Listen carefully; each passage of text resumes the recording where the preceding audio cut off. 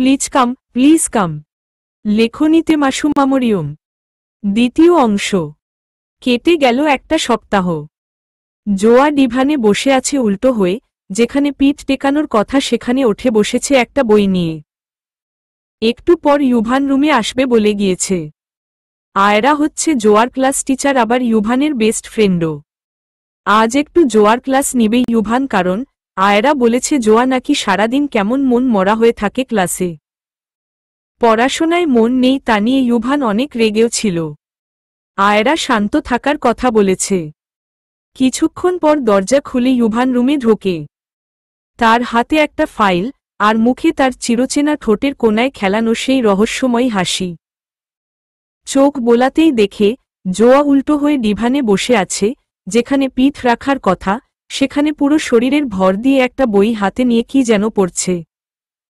তার অবস্থা দেখে ইউভান হাসি চেপে রাখে।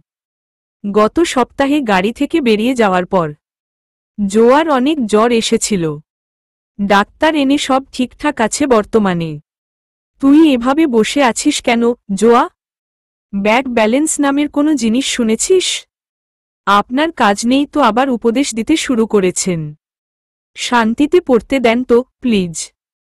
জোয়া চোখ না তুলেই গম্ভীর স্বরে বলে। ইউভান আর কথা না বলে এগিয়ে যায়। ঠিক তখনই জোয়া নিজের ভারসাম্য হারায় এবং ডিভান থেকে টলে পড়ে। কিন্তু মেঝেতে আছড়ে পড়ার আগেই ইউভানের শক্ত হাত তাকে মাঝপথে ধরে ফেলে। এক হাতে দুই পায়ে ধরে জোয়াকে কোলে তুলে নেয় সে। তুই তো পুরো একটা দুষ্টু বাদর জো। কিভাবে বসতে হয় সেটাও জানিস না? জোয়া লজ্জায় গলা নামিয়ে ফিসফিস করে বলে। ছাড়েন তো, আমি পড়ে যেতাম না। আপনার কারণে হলো সব। এতক্ষণ তো ঠিকভাবেই বসেছিলাম। হ্যাঁ, সব দোষ আমার। আয়রা ঠিকই বলে, তুই শুধু দোষ ঢালার লোক খুঁজিস। এখন বল, তোর কোলে থাকতেই ভালো লাগছে তাই না? ইউভান চোখ টিপে মুচকি হাসি দিয়ে বলে। ছি, আপনি এমন বাজে কেন ইউভান ভাইয়া? জোয়া কাঁধে এক ধাক্কা দেয়। বাজে? আমি তো তোর হিরো। আর তুই আমার দাসী। তুই পড়ে গেলে তোর রক্ষা করতে আমি তো থাকবই। ইউভান নাটকীয় ভঙ্গিতে বলে। ফাইলটা এদিক থেকে ওদিক নিতে নিতে জোয়া মুখ ফুলিয়ে বলে। আপনার মতো ভাই থাকলে কেউ আর শত্রু খুঁজত না। এবার আমায় নামিয়ে দেন। আর হিরো মাই মাথা। আমি রানী নট দাসী। ইউভান হেসে জোয়াকে ডিভানের ওপর বসিয়ে দেয়। ঠিক আছে, মাখন বউ। পড়ে গেলে ডাক দিস। আমি তো আছি। বউ কথাটা মিনমিন করে বলে, যেন বুঝতে না পারে। জোয়া রাগে ফোঁস করে। আপনার ওই মাখনের কথা শুনতে শুনতে কান পচে গেল। ইউভান মজা পেয়ে বলে। ওহ, তাহলে নতুন নামে ডাকব? হ্যাঁ, নাম ঠিক করতেই হবে। মনের সাথে আলোচনা করে নেই। জোয়া তাকে বই দিয়ে মারার চেষ্টা করে। আর ইউভান হেসে হাসে দরজা পেরিয়ে চলে যায়। ফিওরেলা বাগান বিলাস করছেন, পাশে বসে আছেন টি টেবিলের সামনেই রহেদ চৌধুরী। আজ এক সপ্তাহ হতে চলল ফিওরেলার মা মারা গিয়েছেন। জোয়াকে একা রেখে গিয়েছেন চিন্তা করে চলে এসেছিলেন ফিওরেলা।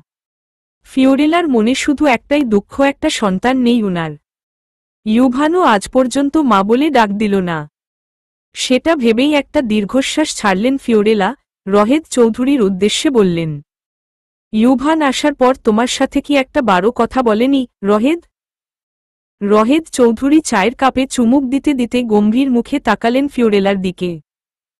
তুমি তো জানো ও কেমন। আমার সাথে কথা বলার মতো সম্পর্কই আর বাকি নেই আমাদের। ফিওরেলা চোখ নামিয়ে বললেন।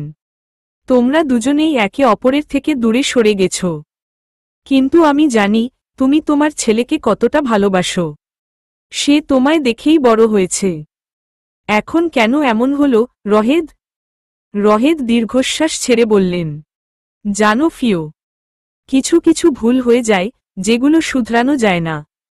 ইউভানের দিক থেকে তাকালে আমি হয়তো ভালো বাবা হতে পারিনি।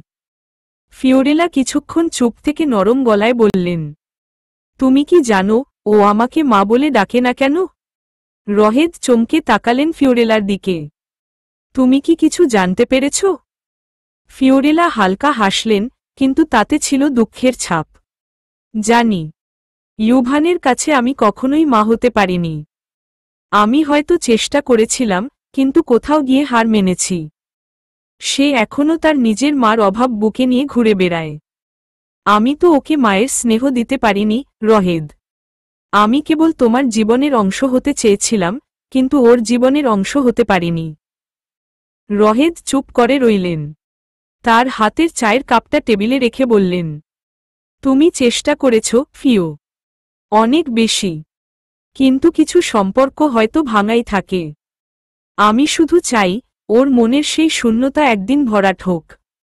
মা মরা ছেলেটা একা একা এতটা বছর থেকেছে, এখন যেহেতু একটা কাছে এসেছে চেষ্টা করব ধরে রাখার। ফিওরেলা গলা নিচু করে ফিসফিস করে বললেন, কিন্তু সেই শূন্যতা হয়তো আমিই তৈরি করেছি। আমার নিজের সন্তান থাকলে হয়তো। রহেদ তাকে থামিয়ে দিয়ে বললেন, না, ফিও। এসব কথা আর বলো না। ইউভান তোমাকে সম্মান করে, হয়তো প্রকাশ করে না। কিন্তু আমি জানি, সে তোমাকে মনে মনে মায়ের জায়গা দিয়েছে। শুধু সময় লাগবে। ফিওরেলা চোখের কোণে জমে থাকা জল মুছে বললেন, আশা করি, একদিন সে আমায় সত্যিকারের মা মনে করবে। রহেদ আর কিছু না বলে ফিওরেলার হাত ধরে বসে রইলেন। চুপচাপ, কিন্তু ভেতরে দুজনের মনের মধ্যে চলছিল হাজারো অজানা কথা। দুজনেই বাগানে নানান রকমের গাছের দিকে তাকিয়ে একটা দীর্ঘশ্বাস ছাড়লেন। আজ স্নো পড়েনি ইতালি, তাই দুজন একসাথেই আড্ডা দিচ্ছেন। ইউভানের বাচ্চা আমাকে বাঁচা ভাই। আমি আজ শেষ হয়ে যাব। ওপাশ থেকে কারো হাঁপাতে হাঁপাতে কথা বলার ধরন শুনে বুঝতে বাকি রইল না ইউভানের, আজও শালা অন্য মেয়ের সাথে ডেটিং করতে গিয়ে ধরা পড়েছে গার্লফ্রেন্ডের কাছে। ইউভান গম্ভীর কণ্ঠে বলল, হারা মজাদা, আমি ইউভানের বাচ্চা বলছি না, স্বয়ং ইউভানই বলছি।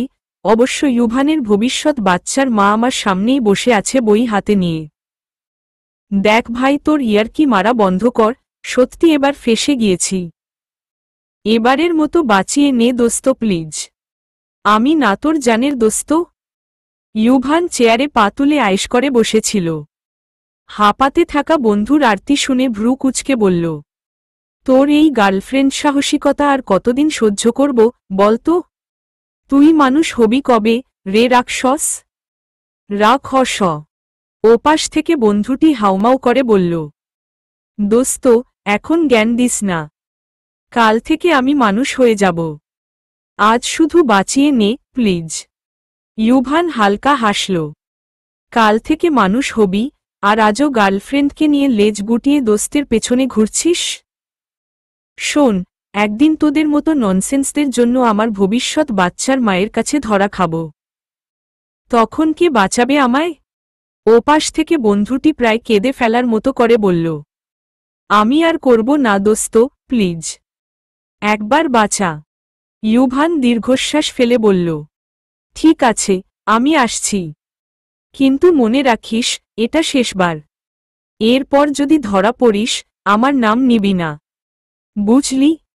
আরে বুঝেছি, বুঝেছি। তুই আসলেই আমি আর কোনোদিন এসব করব না, প্রমিজ। ইউভান ফোনটা রেখে এক ঝলক জোয়ার দিকে তাকাল। সে বইয়ের মধ্যে ডুবেছিল। হালকা হেসে বলল, এই বাচ্চা মেয়ে, আমি বের হচ্ছি। তুই তো জানিস, আমার বন্ধুরা কত বড় গাধা। তাদের বাঁচাতে গিয়ে একদিন আমাকেও গাধা হতে হবে। কিন্তু সেই গাধাকে মানুষ করার দায়িত্ব তোর। জোয়া বই থেকে মুখ তুলে বিরক্ত চোখে বলল, আপনার ওই গাধা বন্ধুর জন্য আমাকে মরতে হবে। যান গিয়ে তাকে বাঁচান। আর আমাকে শান্তিতে পড়তে দিন। আজ পড়া না শিখিয়ে চলে যাচ্ছেন, পড়ে ক্লাসে গিয়ে আকরে দাঁড়িয়ে থাকব। ইউভান হেসে ঘর থেকে বেরিয়ে গেল। কিন্তু তার মনে একটা চিন্তা ঘুরপাক খাচ্ছিল, এভাবে আর কতদিন? খুব তাড়াতাড়ি আপন করে নিতে হবে পিচ্চিকে, পড়ে না হয় নিজেই দিন রাত পড়াব। ইউভান ঘর থেকে বেরিয়ে নিজের গাড়ির দিকে হাঁটতে থাকে।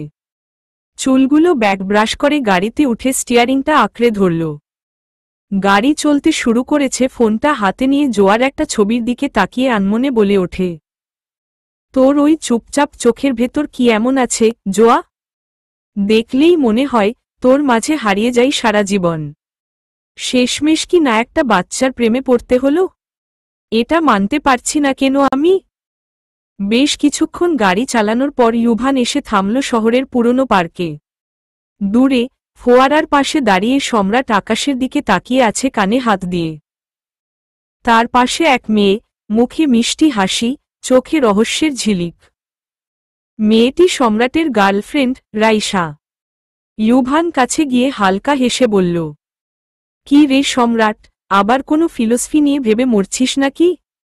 রাইসা মিষ্টি স্বরে উত্তর দিল, আরে না ভাইয়া, সম্রাট তো আমাকে সারপ্রাইজ দিতে গিয়ে নিজেই কনফিউজ হয়ে গেছে। আজ পুরো সময় আকাশের দিকে তাকিয়েছিল, যেন কোনো রহস্য খুঁজে বের করবে। কিন্তু বিশ্বাস করো, আমি ওকে বলিনি কানে ধরতে। সম্রাট বিরক্ত মুখে ইউভানের দিকে তাকিয়ে বলল, তুইও যোগ দে। মজা নেয়ার লোকের অভাব ছিল না, তাই না? ইউভান হালকা দীর্ঘশ্বাস ফেলে বলল, আরে তুমি ভুল বুঝছ রাইসা। ও যে মেয়েটার সাথে কথা বলছিল আজ, ও হচ্ছে আমার বান্ধবী। তুমি অযথা ভুল বুঝলে সম্রাটকে। এতটুকু বলে সম্রাটের কানের কাছে গিয়ে ফিসফিস করে বলে, শালা তোর জন্য আর কত পাপ করব আমি? আমার জনমেও এত মিথ্যা বলিনি, কিন্তু তোর জন্য। কি ফিসফিস করছেন ভাইয়া? আমি জানি ওইটা সম্রাটের আরেকটা গার্লফ্রেন্ড, ও আমাকে ঠকাচ্ছে। রাইসা অনেকটা কাদো কাদো কণ্ঠে বলল। ইউভান গম্ভীর কণ্ঠে জিজ্ঞেস করল সম্রাটকে, কথা কি সত্যি? আরে ইউব, সত্যি বিশ্বাস কর দোস্ত, আমি রাইসাকে খুব ভালোবাসি। উইটা তোর বান্ধবী ছিল, ওকে বল না প্লিজ। ইউভানকে চিমটি কেটে মিনমিন করে বলে, বিধাতার কসম ইউব, আর কোনো মেয়ের সাথে এসব করব না, ধরাও পড়ব না। বাঁচিয়ে নে প্লিজ। ইউভান গলা খুকরি দিয়ে বলতে শুরু করে, ভালোবাসার গল্পে যদি থাকে বিশ্বাসের ছোঁয়া, তবে ঝড়েও টিকবে রাইসা আর সম্রাটের মধুর মায়ার বাধা। আশা করি দুইজন বুঝতে পেরেছেন। কথাগুলো বলতে বলতে গাড়ির দিকে চলে যায়। আর বলে যায়, তোমরা দুজন আজ আসবে আমার বাসাতে, সারপ্রাইজ আছে। বাহ বাহ ইউব, তুই কবিও হয়ে গেলি আজকাল। বিকেল গড়িয়ে সন্ধ্যা হওয়ার সময়। ঠান্ডা পড়ছে অনেক। যেহেতু ইতালি নাম জায়গা, তাই বরফ বললেও চলে। ইউভান ডিভানে পায়ের উপর পা তুলে বসে আছে, জোয়াকে সামনে বসিয়ে। আজ অনেক তুফান গিয়েছে জোয়ার উপর দিয়ে।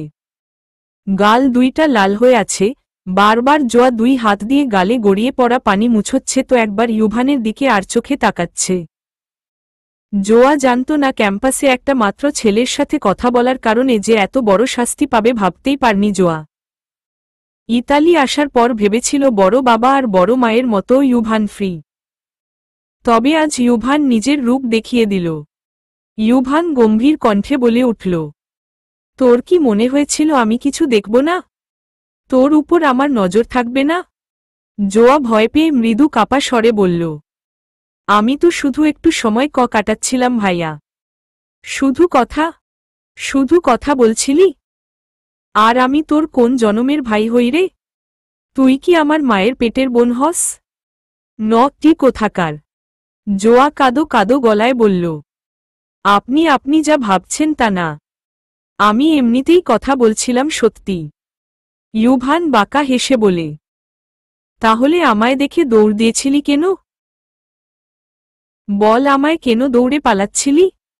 ইউভান রাগে দাঁড়িয়ে পড়েছে, রাগে শরীর রি করছে। বারবার চুলে হাত বুলাচ্ছে। তা দেখে জোয়া আদো আদো গলায় বলে, আপনার চোখ দেখে ভয় পেয়েছিলাম, খুব ভয় করছিল তখন। ইউভান তীক্ষ্ণ দৃষ্টিতে জোয়ার দিকে তাকিয়ে থাকল। ঠান্ডা বাতাসের মধ্যে তার শ্বাসপ্রশ্বাস ভারী হয়ে উঠেছে।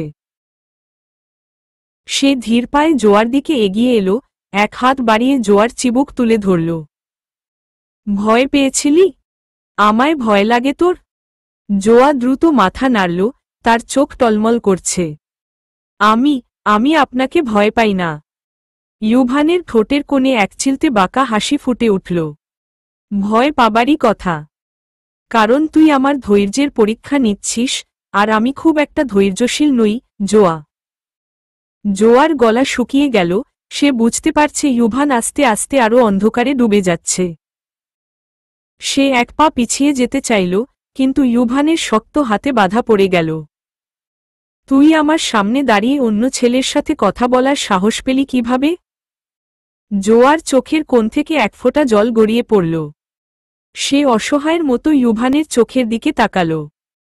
আমি কখনো ভাবিনি আপনি চলে আসবেন তখন। ইউভান গভীর শ্বাস নিয়ে এক মুহূর্ত চুপ করে রইল, তারপর আরও কাছে এগিয়ে এসে ফিসফিস করে বলল,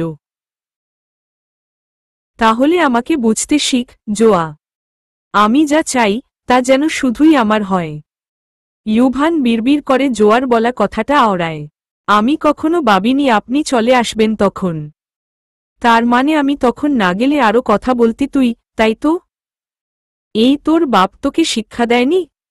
ছেলেদের থেকে দূরে রাখেনি? ভেজা ভেজা চোখে জোয়া বলে, বাবাকে তুলছেন কেন? তোর বাপ তোরে শিখাইল না কেন কোনো ছেলের সাথে কথা বলা ঠিক না? তাহলে আপনি মেয়ে নাকি? আমাকে যে আজ বিয়ে করে নিলেন সামান্য একটা ভুলের জন্য। আমি বড় বাবার কাছে যাব। এখানে আপনার সাথে থাকব না। আমি যাওয়ার জন্য বিয়ে করিনি, আমার বাড়িতে নিয়ে এসেছি। এখান থেকে যাওয়া অসম্ভব মা ক্ষণ। শেষের কথাটা দাঁতে দাঁতে চিবিয়ে বলল। জোয়া বিস্ময়ে তাকিয়ে রইল ইউভানের দিকে। তার চোখে ভয়, ক্ষোভ, অভিমান সবকিছু মিলেমিশে এক অদ্ভুত অনুভূতি খেলা করছে। আমি এখানে থাকব না, জোয়া জেদ ধরে বলল। ইউভান ঠান্ডা গলায় হেসে উঠল, কিন্তু সেই হাসির মাঝে একটা হুঁশিয়ারির ছায়া ছিল। তুই ভাবছিস আমার মন খেলার মাঠ? ইচ্ছে মতো আসবি, ইচ্ছে মতো চলে যাবি? জোয়ার চোখ পানিতে ছলছল করছিল। সে নড়েচড়ে দাঁড়ানোর চেষ্টা করল, কিন্তু ইউভান এক ঝটকায় তার হাত চেপে ধরল।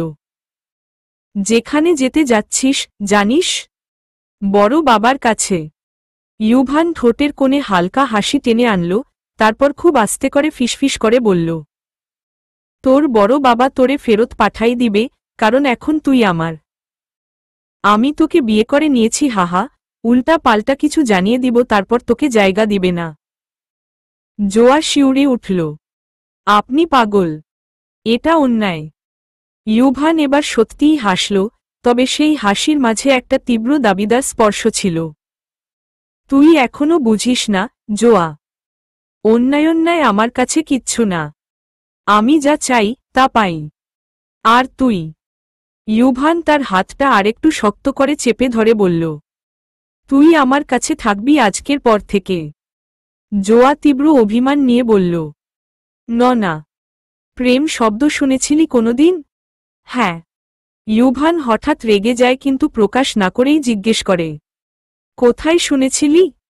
জোয়া মাথা নিচু করে ওড়নায় গিফট দিতে দিতে অভিমানী গলায় বলে, বাংলাদেশে আমাকে একটা ছেলে বলেছিল, আমি যদি ওর সাথে প্রেম করি তাহলে প্রতিদিন একটা করে লাল গোলাপ এনে দিবে। ইউভানের ভ্রু কুঁচকে গেল। মুখে কোনো কথা নেই, শুধু গভীর দৃষ্টিতে তাকিয়ে রইল জোয়ার দিকে। কয়েক মুহূর্তের নীরবতা, তারপর ঠান্ডা গলায় বলল, আর তুই কি বলেছিলি? জোয়া এক মুহূর্তের জন্য থমকে গেল, তারপর মুখ ফিরিয়ে নিয়ে বলল, আমি না করে দিয়েছিলাম। বলেছিলাম আমার ফুল পছন্দ না। ইউভান সামান্য নড়েচড়ে বসল। ঠোঁটের কোণে হালকা হাসি টেনে আনল, কিন্তু সেই হাসির আড়ালে একটা চাপা আগুন ছিল। ভালো করেছিলি। কারণ তুই ফুলের জন্য জন্মাসনি, জোয়া। এমনকি ফুল পছন্দ করার জন্যও না। তাহলে কিসের জন্য? ইউভান এবার সত্যিই হেসে উঠল, কিন্তু সেই হাসির মাঝে একটা শয়তানি লুকিয়েছিল। তারপর জোয়ার কাঁধে এক হাতে আলতো চাপ দিয়ে বলল, তুই আমার জন্য জন্মেছিস। শুধু আমার জন্য। আমাকে পছন্দ করার জন্য। জোয়ার বুক ধক করে উঠল। তার মনে হল এই মানুষটা তাকে কিভাবে যেন পুরোপুরি নিজের করে নিতে চাইছে, কোনো ছাড় না দিয়েই। এটা অন্যায়, ভাইয়া। ইউভান এক ঝটকায় তার চিবুক ধরে নিজের দিকে ঘুরিয়ে আনল। তার গলাটা গভীর হয়ে এলো, গম্ভীর কণ্ঠে বলল, আমি অন্যায় মানি না, জোয়া। তুই শুধু এটা মনে রাখো, তুই আমার। আর তোর জীবনে আর কোনো লাল গোলাপ আসবে না, শুধু আমি থাকব। ইউব ভাইয়া, আমাকে যাইতে দেন প্লিজ। আপনাকে আমার ভালো লাগে না। খুব ভয় করে আপনাকে। থাপড়িয়ে জ্বালাপালা খুলে ফেলব জিনিস আমায়। জোয়া আতকে উঠে পেছনে সরে যেতে চাইল, কিন্তু ইউভানের শক্ত হাতে বাধা পড়ে গেল। চোখ দুটো বিস্ময় বড় হয়ে গেল তার। ইউব ভাইয়া, প্লিজ। এভাবে করবেন না। ইউভান কোনো উত্তর দিল না। ঠান্ডা, নির্লিপ্ততা মুখে জোয়ার ওড়না টান দিয়ে নিয়ে তার হাত দুটো একসঙ্গে জড়িয়ে ধরল। তুই অনেক জ্বালাচ্ছিস, জোয়া। এখন চুপচাপ থাকবি। তারপর দ্রুততার সঙ্গে জোয়ার হাত পেছনে নিয়ে ওড়না দিয়ে শক্ত করে বেঁধে দিল। জোয়ার দমবন্ধ হয়ে আসছিল। ভয় আর হতাশায় গলা শুকিয়ে গেল। আপনি এটা করতে পারেন না। প্লিজ, আমাকে ছাড়ুন। ইউভান হালকা হাসল, তবে সেই হাসির মাঝে কোনো স্নেহ ছিল না, ছিল এক ধরনের অবিচল কঠোরতা। আমি যা চাই তাই করি, জোয়া। এখন তুই এখানেই থাকবি, নড়াচড়া করবি না। আমি কিছু বানিয়ে আনছি কিচেন থেকে। জোয়া ফুপিয়ে কেঁদে উঠল। ইউভান দরজার দিকে হাঁটতে হাঁটতে একবার ফিরে তাকাল। ততক্ষণ হাত বাঁধা অবস্থায় এই রুমে থাক। লক করে যাচ্ছি, অযথা জোরাজুরি করিস না। তারপর দরজার লক ঘুরিয়ে বেরিয়ে গেল, আর জোয়া অসহায়ের মতো ফুপিয়ে কেঁদে উঠল। সম্রাট এপ্রন পরে আছে, নিজ চেম্বারে বসে একজন একজন করে রোগী ভিতরে প্রবেশ করছে, নাম ডাকার সাথে সাথে। হঠাৎ রাইসা নাম ডাকতে গিয়ে সম্রাট কিছুটা ভীতু হয়ে যায়, কিন্তু পরক্ষণেই ভাবে নামের মতো নাম থাকতেই পারে। রাইসা নামের মেয়েটা বুকে হাত দিয়ে জোরে জোরে দম নিতে নিতে সম্রাটের সামনে গিয়ে বসে মুখ দেখার উপায় নেই। মুখোশ পরে আছে। সম্রাট কলম ঘুরাতে ঘুরাতে ইংলিশেই প্রশ্ন করে, ম্যাম, আপনার সমস্যাটা একটু খুলে বলুন। মুখোশ পরা মেয়েটা বাংলাতে বলতে শুরু করে, ও মা গো মা। কি বললেন? আমার কি খুলব সাহেব? আমার সর্বনাশ করতে চাইতাছেন সাব? ও ও আল্লাহ গো আল্লাহ। এই যে মিস, আমি বলতে চাচ্ছি আপনার সমস্যা মানে কি, রোগ আপনার?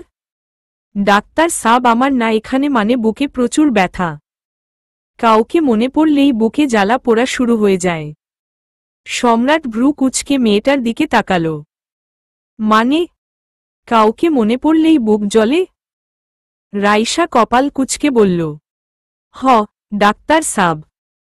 মনে করেন, আমি কাউরে মন দিছি, ওই মানুষটা আমারে পাত্তা দেয় না, আমি ব্যথায় মরি। একবার মনে পড়লে মনে হয় বুকের ভিতর আগুন জ্বলতেছে। সম্রাট এবার সত্যিই হাসি চাপতে পারল না। কলমটা রেখে হাত গুটিয়ে বলল, আপনার এই রোগের নাম ইমোশনাল হার্টবার্ন।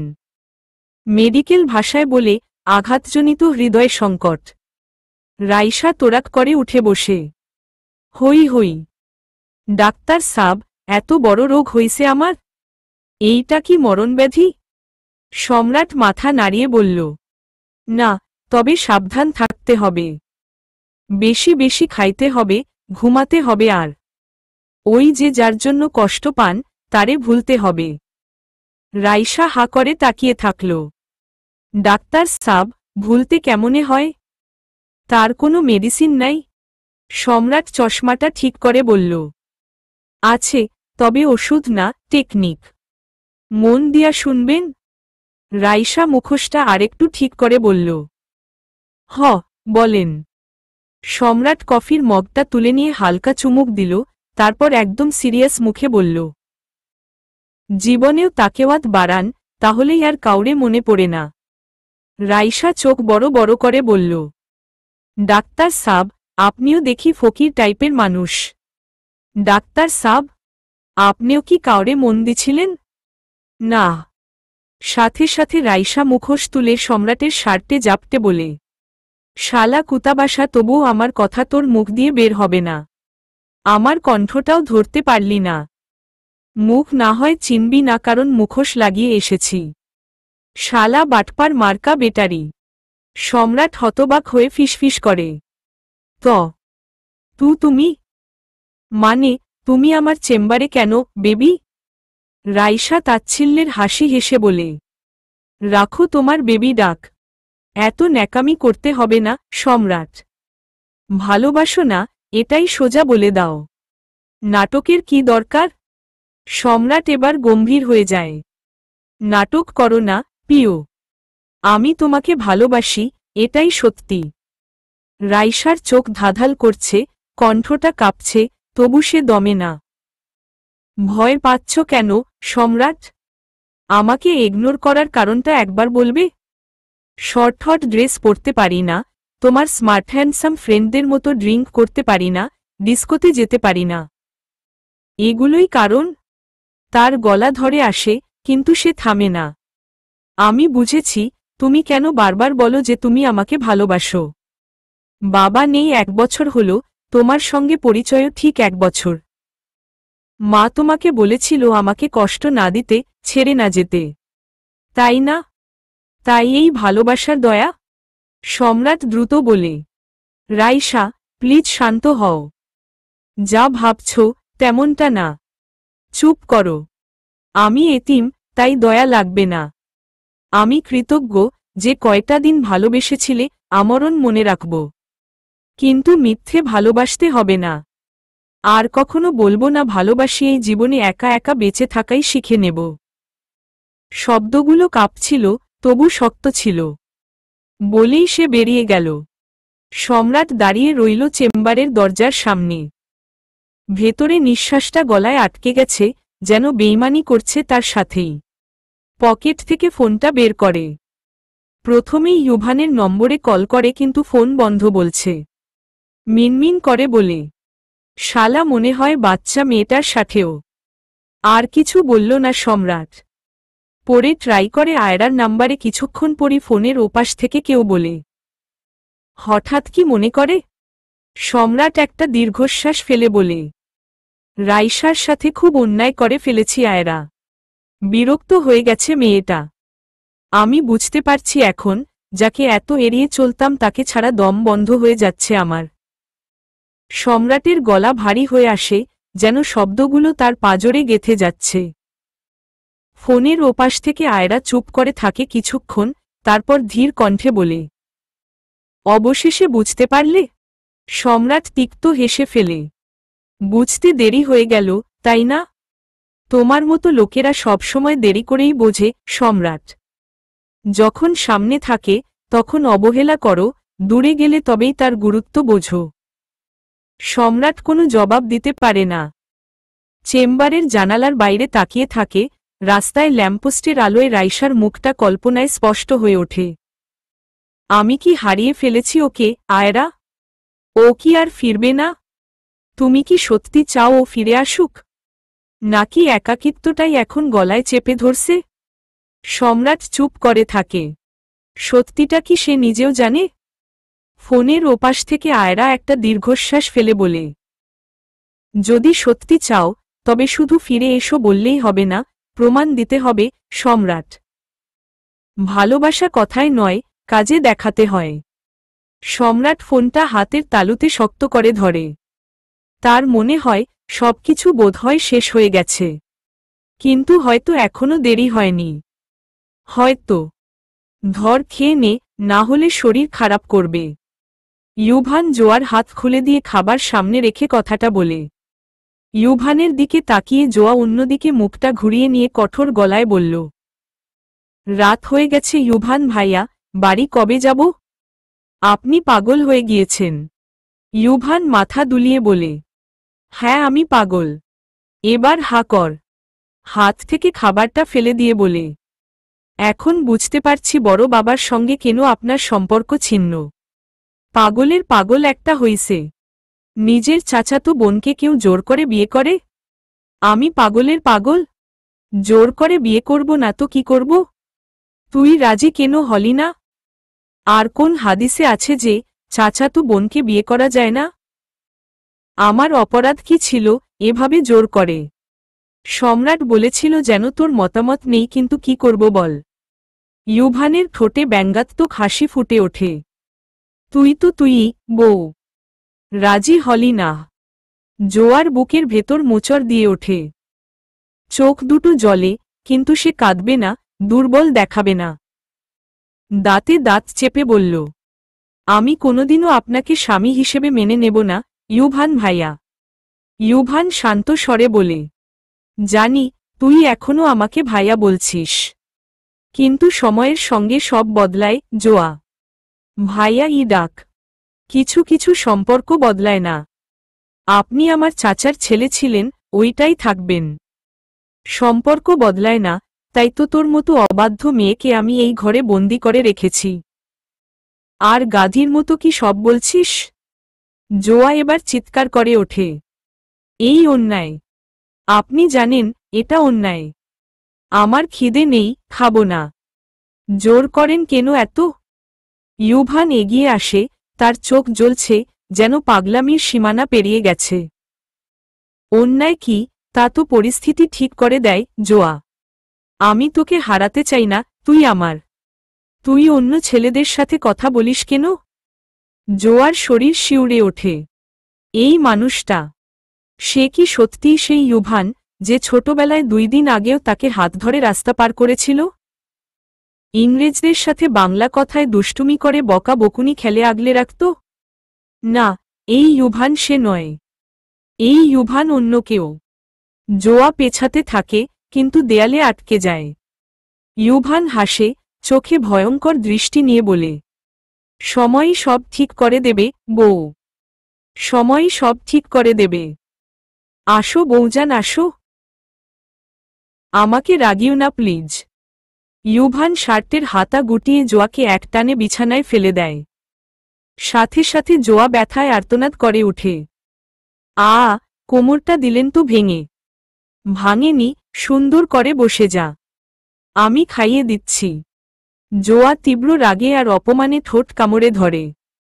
চোখ দুটো জলে ছলছল করছে, 2 হাত মুষ্টিবদ্ধ করে নিয়ে বলে, আপনার সাহস তো কম না। আমাকে এভাবে জোর করে। ইউভান ঠান্ডা গলায় বলে, ভালোবেসে তোর ওপর অধিকার দেখাচ্ছি, এতে সাহসের কি হলো? এটা অধিকার না, এটা জুলুম। ইউভান একদম কাছে এসে ফিসফিস করে, যাই বলিস, আমি তো তোকে ছাড়ছি না, বউ। বউয়ের উপর একটু জুলুম করা আজকের জন্য জায়েজ। জোয়ার রাগে গা জ্বলে যাচ্ছে। বিছানায় বসে খাবারের প্লেটটা পাশের টেবিলে ছুঁড়ে ফেলে দিল সে। খাবো না। ইউভান ধীর স্থির ভঙ্গিতে প্লেটটা তুলে নেয়, কোনো রাগ নেই, কেবল গভীর এক দৃষ্টি। ঠিক আছে, খাবি না তো খাস না। কিন্তু মনে রাখিস, না খেয়ে কষ্ট পেলে সেটা তোরও কষ্ট, আমারও কষ্ট। জোয়া মুখ ফিরিয়ে নেয়। আপনাকে আমার কষ্ট নিয়ে ভাবতে হবে না। ইউভান হেসে ওঠে, বউ, তোর কষ্টই তো আমার ভালোবাসা। এখন ঘুমা, কাল আবার নতুন দিন শুরু হবে। অর্ধেক রতে মুড আসলে ডাকবো তোকে, কেমন? সে হাত বাড়িয়ে জোয়ার মাথায় হাত রাখে, কিন্তু জোয়া সরে যায়। ইউভান একটু থেমে বলে, এত কিউট করে রাগ করে না মাখন। তুই রাগ করলে কি করতে মন চায় জানিস? একদম খেয়ে ফেলতে ইচ্ছে করে। তারপর নিজের জায়গায় গিয়ে বসে, আর জোয়া বিছানার এক কোণে নিজেকে গুটিয়ে নেয়। ঘরে নীরবতা নেমে আসে, শুধু 2 জন মানুষের হৃদয়ের টানাপোড়েনের শব্দ শুনতে পাওয়া যায়। সকাল হয়েছে অনেকক্ষণ। জোয়া চোখ খুলে তাকাতেই ইউভানের বুকে নিজেকে আবিষ্কার করে। উঠতে চাইলে আবার পড়ে যায় ইউভানের বুকে, জোয়াকে জড়িয়ে ধরে আছে, ছেড়ে যাওয়ার ওয়ে নাই। তবুও জোয়া জোরাজুরি করে কমফর্টার গায়ে দিয়ে উঠে দাঁড়ায়। সাথে সাথে ইউভানের ঘুম হাওয়া হয়ে যায়। Makhan, please come back. I don't know how to live without you. Zoya জোরাজুরি করে খাট থেকে পাটা ফ্লোরে রাখা মাত্রই ইউভান কথাটা বলে। জোয়ার সাথে সাথে পেছনে ফেরে তাকিয়ে বলে, আমার নাম আছে জোয়া, জোয়া চৌধুরী। আমি। বলে কেঁদে কেঁদে বলে আবার, আপনি আমাকে আজ রাতে অনেক কষ্ট দিয়েছেন। আমি বড় বাবার কাছে যাব। বর্তমান। প্রথম পর্ব থেকে আজকের পর্ব পর্যন্ত অতীত ছিল। ইউভান চলে গিয়েছে বেশ কিছুক্ষণ। বলে গিয়েছে ফ্রেশ হয়ে যেন হাসি মুখে বসে থাকে জোয়া, কিন্তু জোয়ার উঠতেই ইচ্ছে করছে না। কোনোমতে গায়ে কিছু জড়িয়ে ওয়াশরুমে প্রবেশ করে। জোয়া আয়নার সামনে দাঁড়িয়ে পড়ে। চোখ ফুলে গেছে, মুখটাও ক্লান্ত দেখাচ্ছে। রাতের সবকিছু মনে পড়ে গেলেই বুকের ভেতর মোচড় দিয়ে উঠছে। পানি ছাড়তেই ঠান্ডা পানির ছিটে মুখে পড়ে যেন নিজের অনুভূতিগুলো জমে থাকা বরফের মতো ধুয়ে ফেলার চেষ্টা করছে। হাতের তালুতে পানির ছোঁয়া নিয়ে মুখে দিল সে, তারপর আয়নার দিকে তাকিয়ে ফিসফিস করল, উলা বিলাইকে মজা দেখাবো, উচিত শিক্ষা না দিতে পারলে আমিও জোয়ানা। ওয়াশরুম থেকে বেরিয়েই দেখল বেডসাইড টেবিলে রাখা আছে একটা ছোট্ট চিরকুট। ইউভানের হাতের লেখা, মাখন, প্লিজ রাগ করো না। তুমি রাগ করলে আমি নিজেকে হারিয়ে ফেলি। হাসি মুখে থেকো, প্লিজ। চিরকুটটা হাতে নিয়ে জোয়ার চোখ আবার রাগ ফুটে ওঠে। আবার তুমি? ও মা, তুমি? নিজের কষ্টের ভার নিয়ে এসে ধীরে ধীরে গিয়ে বিছানায় বসে জানালার বাইরে তাকিয়ে দেখে রোদ মিষ্টি করে উকি দিচ্ছে। যেন পৃথিবী জানে না তার হৃদয়ে ঝড় বয়ে যাচ্ছে। হঠাৎ দরজায় শব্দ হয়। জোয়া ধরফর করে উঠে দাঁড়ায়। কিন্তু দরজার ওপাশে কে? ছাগলটা পাগলটা চলে এলো এত তাড়াতাড়ি? জামাই হওয়ার খুব শখ। এই তোকে না আমি বলেছিলাম এসে যেন পাই হাসি মুখে বসে আছিস? তাহলে এভাবে কেন মুখ? আরে অদ্ভুত তো। আমি তো ঠিকঠাক আছি। তাহলে ভালো কাপড় পরলি না কেন? ভার্সিটি কে যাবে, আমি? আরে আরে, গতকাল সন্ধ্যাবেলা বিয়ে করলেন আর আজ বলছেন ভার্সিটি যেতে? আপনি তো খুব বাজে লোক। বিয়ে করেছি, বাসর তো আর করিনি, আর করতেও দিলি না। আবার বিয়ের ভার্সন দিচ্ছি সামায়ে। চুপচাপ রেডি হ, আমি ওয়াশরুম থেকে এসে যেন দেখি তুই তৈরি। আর যদি উল্টা পাল্টা করেছিস তো দাঁত সবগুলো শেষ তোর। ইউভান ওয়াশরুমে যেতেই জোয়া মিনমিন করে বলে, ইসোস, আমি ভয় পাইছি। শালা উলা বিলাই। ইউভান ওয়াশরুমের দরজা বন্ধ করতেই জোয়া মুখ বাঁকিয়ে ড্রেসিং টেবিলের আয়নার দিকে তাকায়। এই ছেলে কি সত্যিই ভয় দেখানোর মতো? হুহ, বড়ই মজার মানুষ। নিজের চুল ঠিক করতে করতে ফু দেয়, যেন বিরক্তি উড়িয়ে দিচ্ছে। হঠাৎ ওয়াশরুমের ভেতর থেকে ইউভানের গলা শোনা যায়। কি বললি তুই? জোয়া চমকে যায়, দ্রুত বলে, কিছু না। আমি তো কিছু বলি নাই। ওহ, তোর মুখে শালা উলা বিলাই শব্দটা আমার কানে এল না, তাই না? জোয়া দাঁতে দাঁত চেপে বলে, আপনার কান যে এত শার্প, আগে জানতাম না। হুহ, আমার কান তো শুধু শার্প না, আমার হাতে শার্প একখানা কনসিকোয়েন্স আছে। তৈরি হ তাড়াতাড়ি। জোয়া চোখ ঘুরিয়ে মুখ ছোট্ট করে আয়নার সামনে দাঁড়িয়ে। আহা, আমার তো কত স্বপ্ন ছিল। বিয়ের পর নতুন বউ ভার্সিটিতে যাবে লাল শাড়ি পরে, নীল শাড়ি পরে, সবাই তাকিয়ে দেখবে। এখানে আমার বর নিজেই যেন এক মস্ত বড় প্রিন্সিপাল। ওয়াশরুমের ভেতর থেকে ইউভানের হাসি শোনা যায়। ওরে বউ, মনের কথা আয়নার সামনে না বলে আমাকে শুনিয়ে বললে কেমন হয়? জোয়া দ্রুত ড্রেস নিয়ে পালিয়ে যেতে চায়, কিন্তু দরজার সামনে এসে দেখে ইউভান দাঁড়িয়ে আছে, ভিজে চুল এলোমেলো, চোখে সেই চিরচেনা দুষ্টু দৃষ্টি। তুমি কি পালাতে চাচ্ছিলে? না তো। আমি তো কাপড় নিতে আসছিলাম। তাই? আয়, আমি নিজেই তোকে রেডি করিয়ে দিই। ইউব ভাইয়া, দূরে থাকেন। আয়, আয়। ইউভান এগিয়ে আসতেই জোয়া ওড়না ছুঁড়ে মেরে দরজা খুলে পালিয়ে যায়।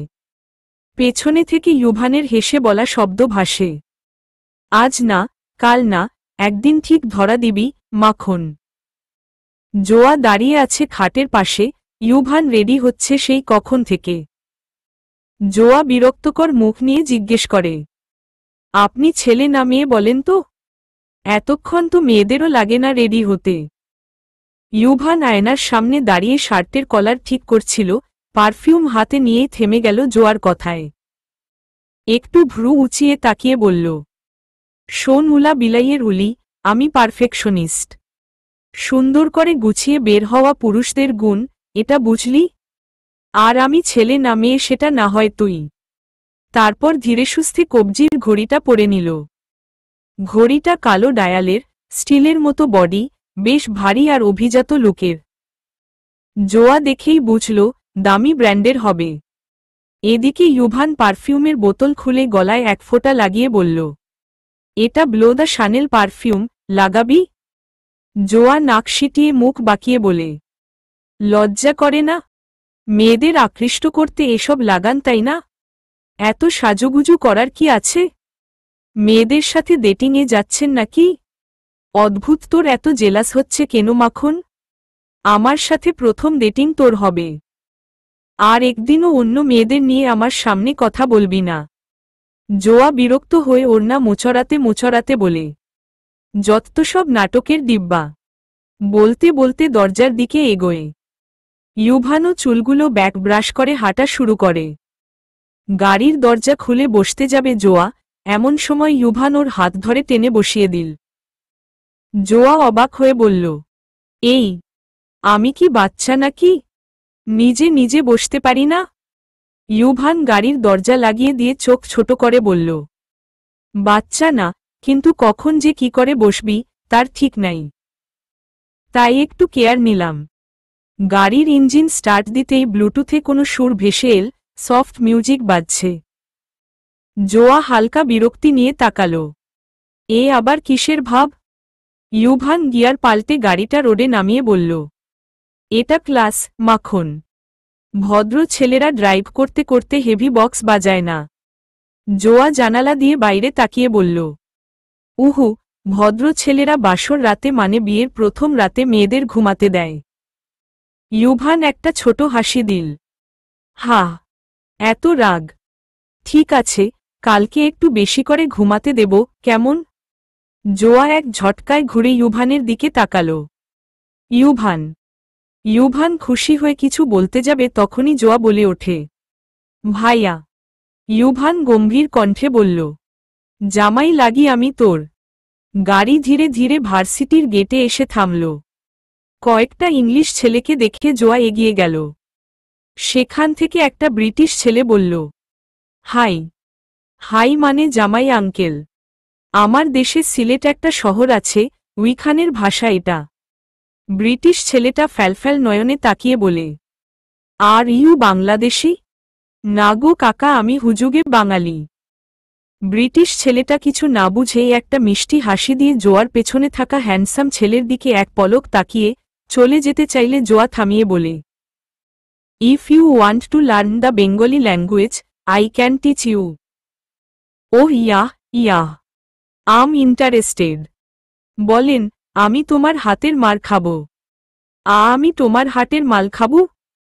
হা হা হা, তার মানে থাপ্পড় খেতে চান? ব্রিটিশ ছেলেটা পুরোপুরি গুলিয়ে গেল।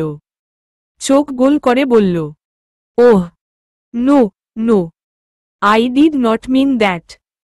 পাশ থেকে ইউভান তখনই ঠোঁটের কোণে হাসি চেপে বলল, জোয়া, তুই কি ওকে সত্যি মারতে চাস? জোয়া কাঁধ ঝাঁকিয়ে বলল, মারার দরকার নেই, এ এমনিতেই ভয় পেয়েছে। ব্রিটিশ ছেলেটা এবার সতর্ক হয়ে বলল, okay, I think Bengali is a little bit difficult. Zoya হাত নেড়ে বলল, না না, একদম না, খুবই ইজি। একটা সহজ লাইন বলুন, আমি বাংলা শিখতে চাই। ব্রিটিশ ছেলেটা কিছুটা কনফিউজ হয়ে বলল, আমি বাংলা। তার আগে থেকেই ইউভান ফিসফিস করে বলে দিল, আমি বাংলার জামাই হতে চাই। ব্রিটিশ ছেলেটা না বুঝেই বলল, আমি বাংলার জামাই হাটে চাই। চারপাশে বাঙালি সবাই ফিকফিক করে হাসতে লাগল। জোয়া হাতের তালুতে মুখ চেপে বলল, ইউভান ভাইয়া, আপনি আবার কি করলেন? ইউভান কাঁধ ঝাঁকিয়ে বলল, শিখতে চাইছিল, তাই একটু স্পেশাল লাইন শিখিয়ে দিলাম। ব্রিটিশ ছেলেটা এবার সত্যি সত্যি ভয় পেয়ে বলল, okay, okay, I think I should go. বলেই সে তাড়াতাড়ি সরে গেল। জোয়া চোখ ছোট করে ইউভানের দিকে তাকাল। আপনি একটা সিরিয়াস কেস, জানেন? ইউভান হেসে বলল, জানি, মাখন। কিন্তু আমি তো শুধু তোর জন্যই স্পেশাল, আর সবকিছুতেই সিরিয়াস। রাইসা একজন জার্নালিস্ট। অফিসে যাওয়ার কথা ছিল কিন্তু মন চাইল না, ছুটি নিয়েছে। যদিও এদেশে ছুটি নেওয়া কেমন, তবুও আজ যাওয়া হলো না। রাইসার মা আসলেন রুমে। তাদের পরিবারটা নির্ভর করে রাইসার উপরই, আর কেউ নাই তো। মেয়েটা খুব একা, তার উপর সম্রাটের সাথে সম্পর্ক শেষ। গতকাল সম্রাটকে কথাগুলো শুনিয়ে আসার পরই সিম চেঞ্জ করে ফেলেছে। সম্রাটও আর আসেনি খোঁজ খবর নিতে। কি অদ্ভুত, তাই না? রাইসা আয়নার সামনে দাঁড়িয়ে নিজের মুখটা দেখতে লাগল। চোখের নিচে হালকা ক্লান্তির ছাপ, তবে আজ ভেতরটা অদ্ভুতভাবে শান্ত। কাল রাতে সম্রাটকে যা বলার বলে এসেছে, আর কোনো অপেক্ষা নেই, আর কোনো হতাশা নেই। একটা দীর্ঘশ্বাস ছেড়ে খাটে বসতেই মা রুমে ঢুকলেন। আজ অফিসে গেলি না? শরীর ঠিক আছে তো? রাইসা মৃদু হেসে বলল, না মা, মনটা চাইল না আজ। মা বসলেন পাশে। মেয়ের মাথায় হাত বুলিয়ে বললেন, তুই তো জানিস এ বাড়ির সবকিছু তোর ওপর নির্ভর করে। নিজেকে সামলে রাখতে হবে মা, মন খারাপ করলে চলবে না। রাইসা মুচকি হেসে বলল, আমি ঠিক আছি মা, চিন্তা করো না। মা একটা দীর্ঘশ্বাস ফেললেন। মেয়ের এই ঠিক থাকা যে সত্যি নয় সেটা বোঝেন। কিন্তু কিছু বললেন না, শুধু বললেন, ভালো করে খেয়ে নিস, আমি একটু যাচ্ছি। মা চলে যেতেই রাইসা জানালার কাছে গিয়ে দাঁড়াল। বাইরে দুপুরবেলা ঘনিয়ে আসছে, বাতাসে একটা হালকা ঠান্ডা ভাব। ফোন হাতে নিতেই মনে পড়ল ওর সিম এখন চেঞ্জ করা। সম্রাটকে আর কোনোভাবে খোঁজ করারও সুযোগ নেই। হঠাৎ ফোনটা বেজে উঠল। একটা অচেনা নাম্বার। রাইসা একটু ভ্রু কুঁচকে রিসিভ করতেই ওপাশ থেকে পুরুষালী একটা কণ্ঠ। এত সহজে পালিয়ে যাবে ভেবেছ? ইতালির শহরের সরু রাস্তা, চারপাশে পুরনো স্থাপত্যের ছোঁয়া। রাস্তার পাশে সারি সারি ছোট ছোট ক্যাফে, টেবিলগুলোর চারপাশে বসে থাকা পর্যটক আর স্থানীয়রা কফির কাপে চুমুক দিচ্ছে। সন্ধ্যার নরম আলো শহরটাকে এক অদ্ভুত রঙে রাঙিয়ে তুলেছে। জোয়া হাঁটছে একটু রাগী মুখ করে, পাশে ইউভান হাসি মুখে তার সাথে তাল মিলিয়ে চলেছে। তবে সবচেয়ে অদ্ভুত ব্যাপার হল ওদের দুজনের হাত একসাথে বাঁধা। লাল রঙের একটা সিল্কের রিবন দিয়ে ইউভান হাত গিট্টু মেরে বেঁধে দিয়েছে। কারণ জোয়া আজ একটু বেশি উড়ু উড়ু করছে। ইউভান না বলতে পারছে না, সইতে পারছে। জোয়া বিরক্ত হয়ে বলল, এটা কি শিশুসুলভ না? আপনি একটা প্রাপ্তবয়স্ক মানুষ, এসব কি? ইউভান ঠোঁটের কোণে হাসি চেপে বলল, উফ ফফ মাখন, তুমি যে প্রাপ্তবয়স্ক আমি তো জানতামই না। কিছুক্ষণ থেমে চোয়াল শক্ত করে বলল, তাহলে তুই আমায় বাসরটা করতে দিলি না কেন? এই জোয়া চোখ ছোট করে বলল, এভাবে বলছেন কেন? ওই দিন আমার ভাগ্য আমাকে ছোট করে দিয়েছিল, আজ আমি বড় হয়ে গেছি। হুমহ বুঝেন না? ইউভান একরাশ নৈরাশ্যের ভঙ্গিতে বলল, আহারে কপাল আমার। কপালে কি আঘাত লাগল? দেখি দেখি। কিন্তু ইউভানের কোনো হেলদোল নেই। ও সোজা বলে দিল, আমার পিছু পিছু চল। জোয়ার হঠাৎ খেয়াল হল ওরা বাসায় বা কোনো রেস্টুরেন্টে যাচ্ছে না, এমনকি জায়গাটাও অচেনা লাগছে। ইউভানের হাতটা শক্ত করে ধরল, যেন কত আপন মানুষকে ধরেছে। জোয়া বলল, এই জায়গাটা তো চেনা লাগছে না, আমরা কোথায় যাচ্ছি? ইউভান একটু সামনে তাকিয়ে বলল, একটা পুরনো সেতুর দিকে যাচ্ছি। শোনা যায় এখানে যারা প্রথমবার একসাথে আসবে তাদের বন্ধন নাকি কখনোই ভাঙে না। জোয়া থমকে দাঁড়িয়ে গেল। এইসব বাজে কথা বিশ্বাস করেন? এসব অন্য ধর্মের মানুষ বিশ্বাস করে। আমরা তো মুসলমান, তাই না? ইউভানের ঠোঁটের কোণে সেই চিরচেনা দুষ্টু হাসিটা ফুটে ওঠল। ধর্মের সাথে তো ভাগ্যের কোনো বিরোধ নেই মাখন। কিছু কিছু জায়গা, কিছু কিছু মুহূর্ত কেবল অনুভব করার জন্যই হয়, ব্যাখ্যা করার জন্য না। জোয়া চোখ ছোট করল। আপনি তো কথায় কথায় কবি হয়ে যান। কিন্তু শোনেন, এই সব অলীক বিশ্বাসে আমি নেই। ইউভান এবার সত্যি সত্যি থামল। জোয়ার মুখোমুখি দাঁড়িয়ে চোখে চোখ রাখল। তোকে কিছু বিশ্বাস করতে বলছি না, গাধি। শুধু আমার সাথে চল। জোয়া চুপ করে গেল। কি এক আশ্চর্য কারণে ইউভানের কথাগুলো ওকে টেনে নিয়ে যাচ্ছে। হয়তো ও নিজেও বুঝতে পারছে না, হয়তো বুঝতে চাইছেও না। সেতুর ধারে পৌঁছানোর পর হালকা বাতাস বইতে লাগল। সেতুর নিচ দিয়ে বইছে টলটলে পানি, যার ওপর শহরের হাজারো আলোর প্রতিচ্ছবি খেলা করছে। জায়গাটা যেন এক অন্যরকম অনুভূতি নিয়ে দাঁড়িয়ে আছে। ইউভান বাঁধা হাতটা একটু উঁচিয়ে বলল, আজকে তোকে আমি এখানে নিয়ে আসার কারণ এটা, মাখন। জোয়া অবাক চোখে তাকাল। মানে?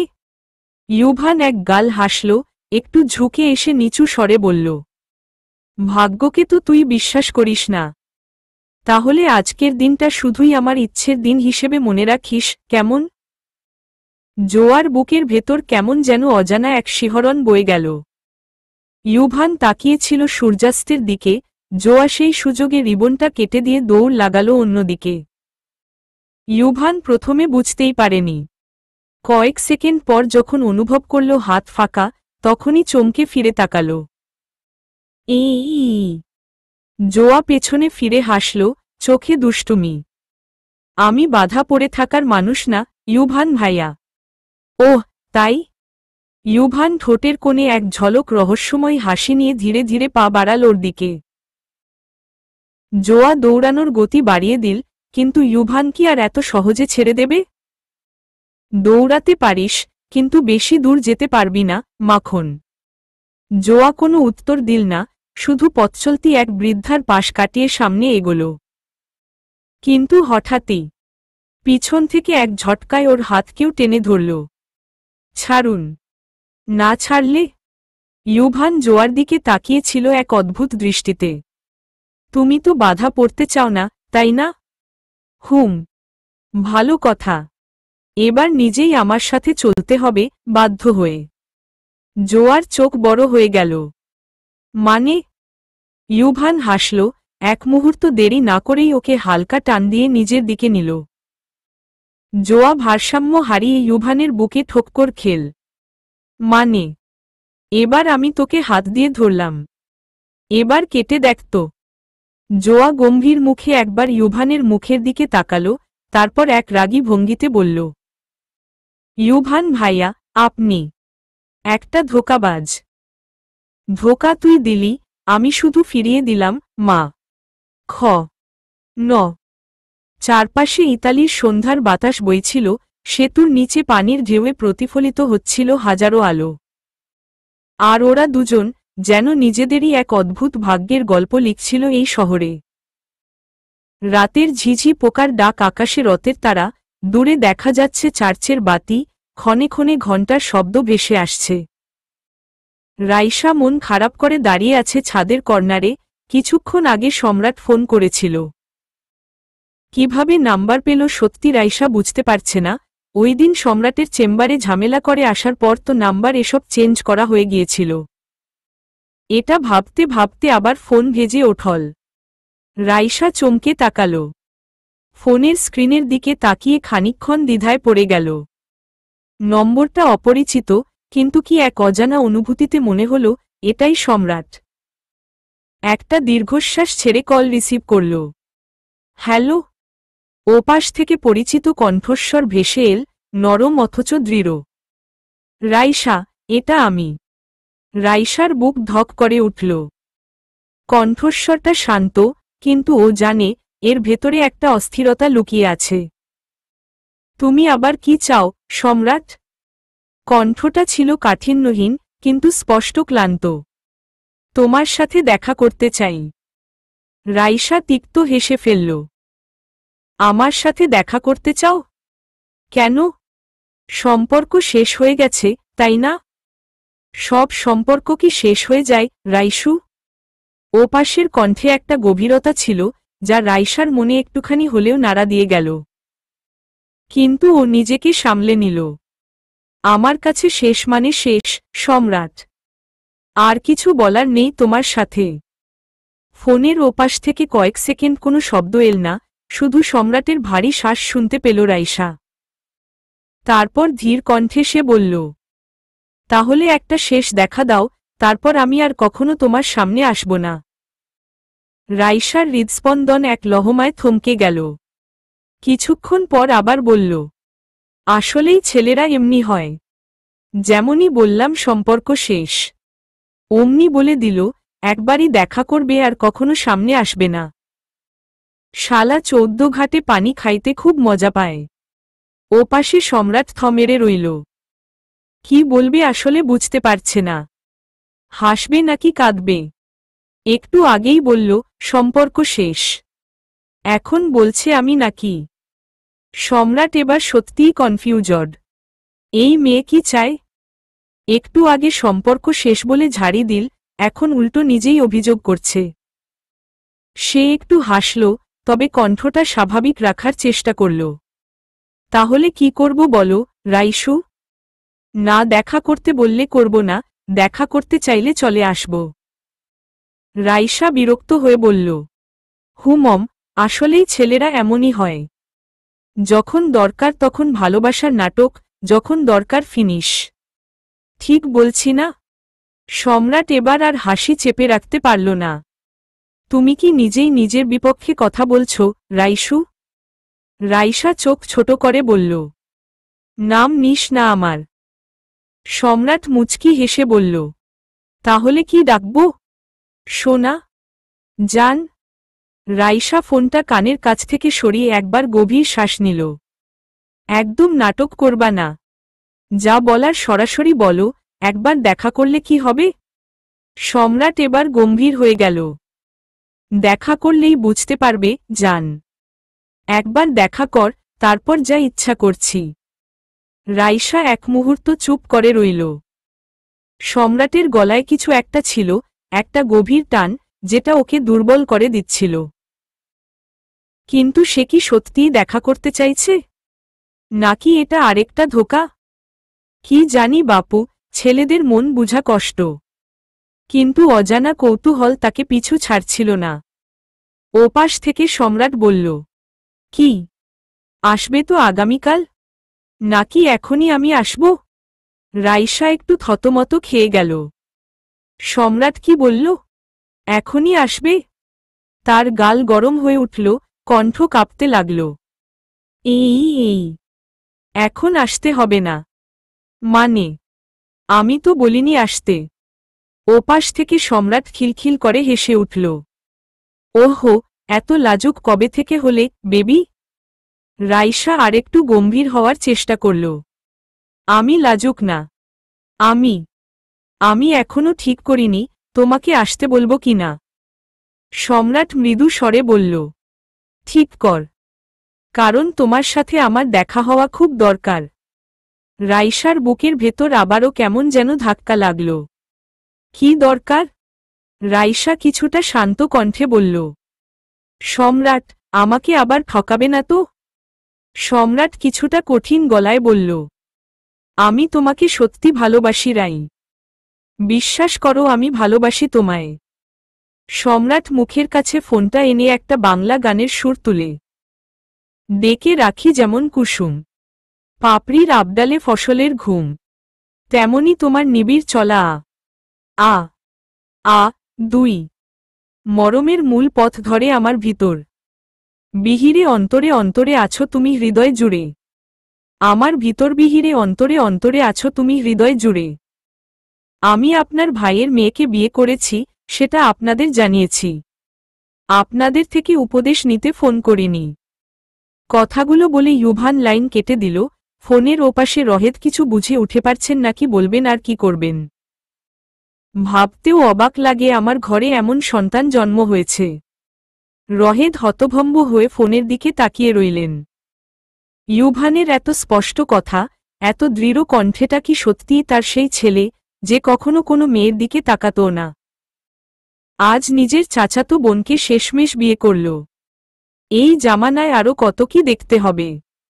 রহেদের কণ্ঠ কাঁপছিল রাগে, অভিমানে। তিনি স্ত্রীর দিকে তাকিয়ে বললেন, শুনলে? ছেলেটা আজ আমার উপদেশ পর্যন্ত নিতে রাজি না। এত বড় সাহস হলো কিভাবে? তার স্ত্রী, যিনি এতক্ষণ চুপচাপ ছিলেন, এবার ধীর স্বরে বললেন, ওর কি একার দোষ? রহেদ চোখ বড় বড় করে তাকালেন। মানে? আমি বলতে চাচ্ছি, কখনো কি আমরা ওর সিদ্ধান্তকে গুরুত্ব দিয়েছি? কখনো কি জানতে চেয়েছি সে কি চায়? রহেদ কিছু বলতে গিয়ে থেমে গেলেন। কথাটা সত্যি।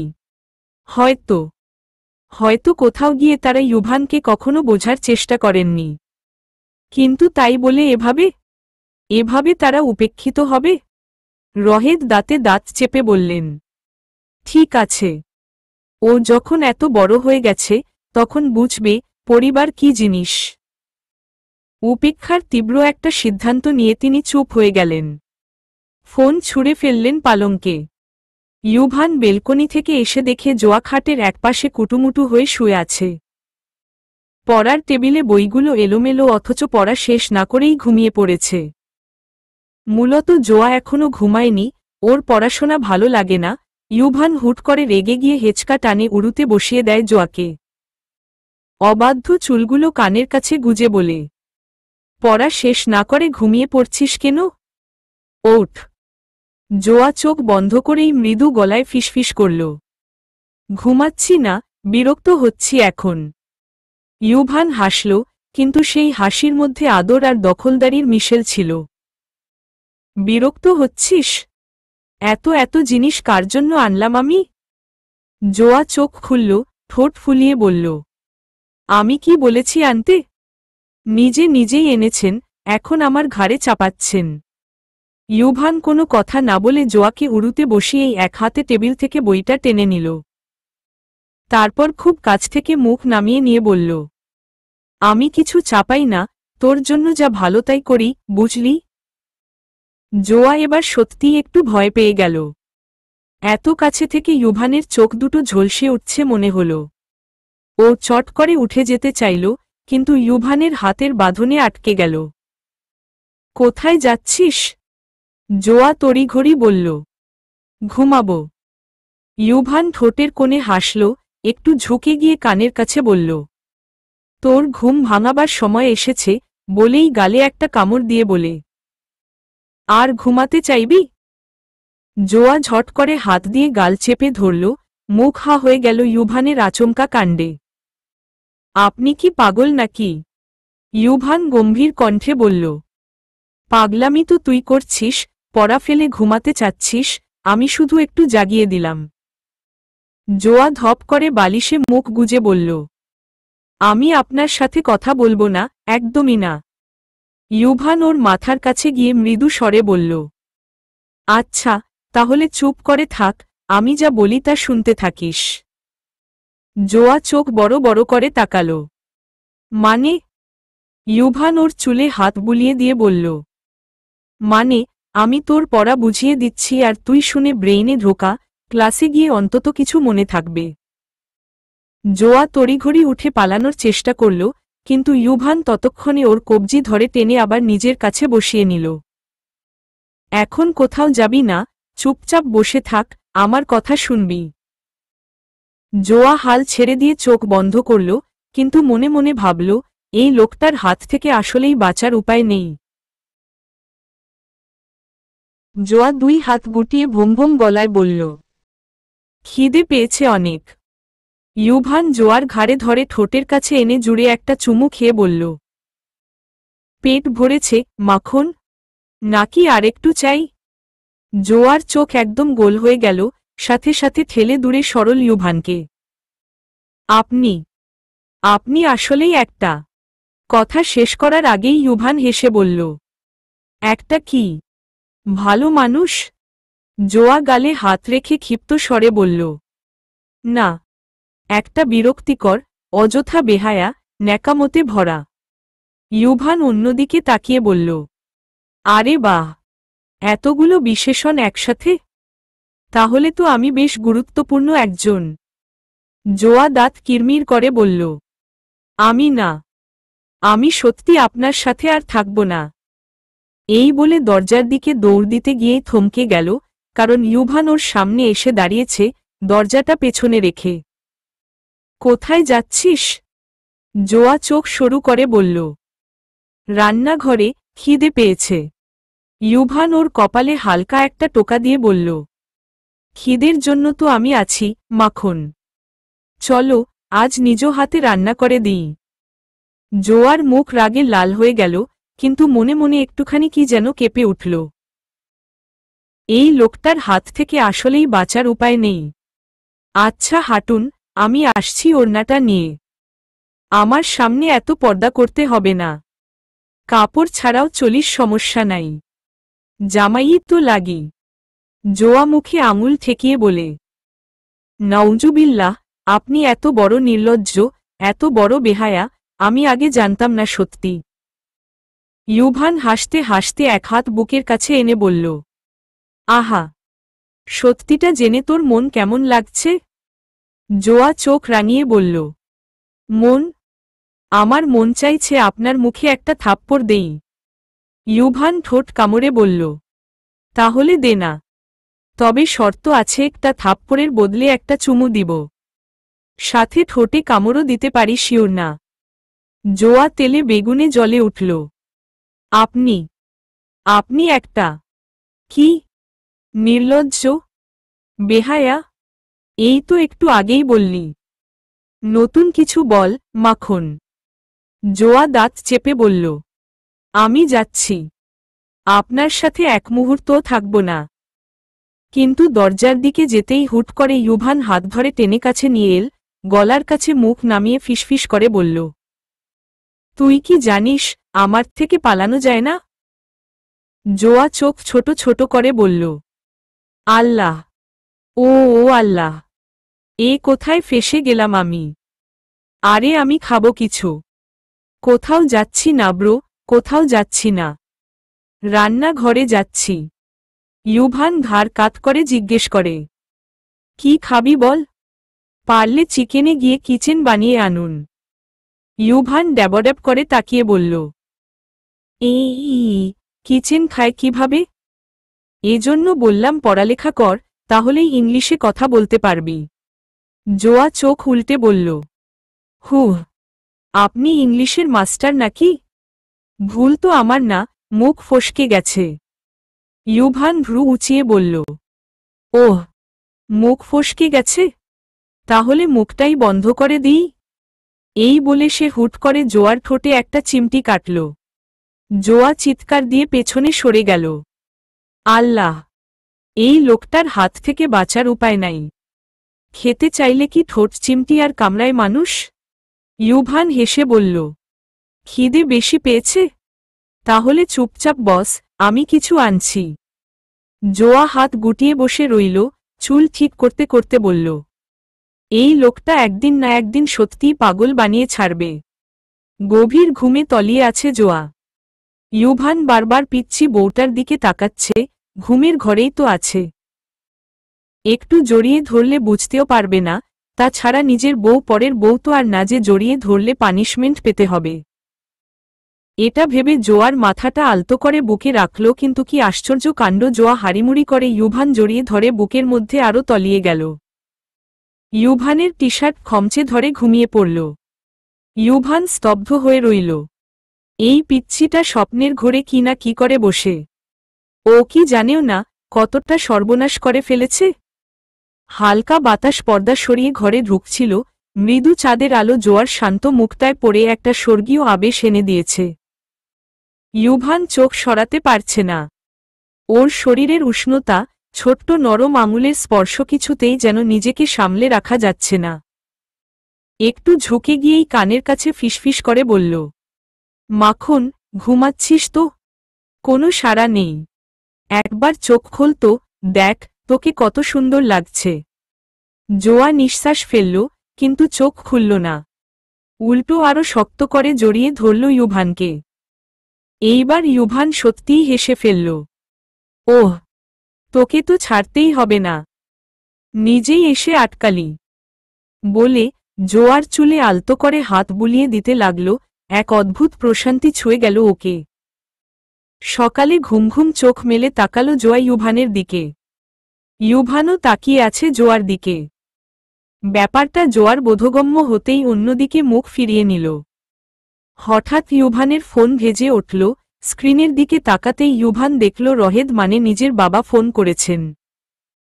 ইউভান গম্ভীর কণ্ঠে বলল, এত সকালে কি কারণে ফোন দিয়েছেন? ইউভান, শুনো, জোয়ার বয়সটা একটু দেখো, আর ও কত ছোট বাচ্চা, মেয়েটাকে এরকম।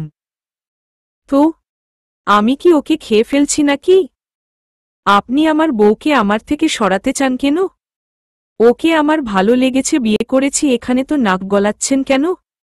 আপনি আপনার বউয়ের থেকে আলাদা হয়ে যদি দেখাতে পারেন তাহলে আমিও পারব। আর তাছাড়া ওকে আমি পড়াশোনা করাচ্ছি, ঠিক আছে? হুট করে জোয়া বলে, দেন দেন না, একটু কথা বলবো। হুট কেড়ে নিল ফোন ইউভানের থেকে। বিছানা থেকে ওঠে একটু বসে রহেদ চৌধুরীর উদ্দেশ্যে জোয়া কাদো কাদো গলায় বলল, বড় বাবা, কতদিন হয় দেখি না তোমায়। ইউভান, ভাইয়াকে বলো না একটু নিয়ে যেতে। পাশ থেকে ইউভান গলা খেকড়িয়ে কেশে মিনমিন করে বলে, না ঠিকই আছে, আমি তোর মায়ের পেটের ভাই লাগি মনে হয়। জোয়া পাত্তা দিল না। ওপাশ থেকে রহেদ জোয়াকে বলেন, তুই ওর ফাঁদে পড়লি কিভাবে? আমি পড়িনি তো, পিচ্ছিল ছিল না যে পড়ব। উনিই তো ইচ্ছে করে ফেলেছে আমায়। আমার কি দোষ? ইউভান হাসি থামিয়ে রাখতে না পেরে বিছানা ছেড়ে ওয়াশরুমে চলে যায়। এদিকে জোয়া অবুঝদের মতো কথা বলেই যাচ্ছে। রহেদ চৌধুরী বুঝতে পারছেন ওর কথার উত্তর আর কি দিবেন। বাচ্চাদের মতো কেউ কথা বলে? আবার ওকে নাকি নিজেরই ছেলে বিয়ে করেছে। এরকম একটু আধটু কথা বলে রহেদ চৌধুরী ফোন কেটে দিলেন। কিছুক্ষণ পর ইউভান আসলো ওয়াশরুম থেকে। এসে দেখো জোয়া সেই আগের মতো বসে আছে ফোন হাতে নিয়ে। ইউভান আয়নার দিকে তাকিয়েই বলল, কি হলো, এভাবে নেউলের মতো বসে আছিস কেন? জোয়া ঠোঁট ফুলিয়ে বলল, নেউল বসে থাকে আপনি জানেন কি করে? নাকি নেউলের সাথে একদিন ঘুমিয়েছিলেন? বেশি কথা না বলে ফ্রেশ হয়ে আয়, কলেজ যাবি না নাকি? জোয়া কয়েকবার চোখের পলক ফেলে ইউভানের দিকে তাকায়।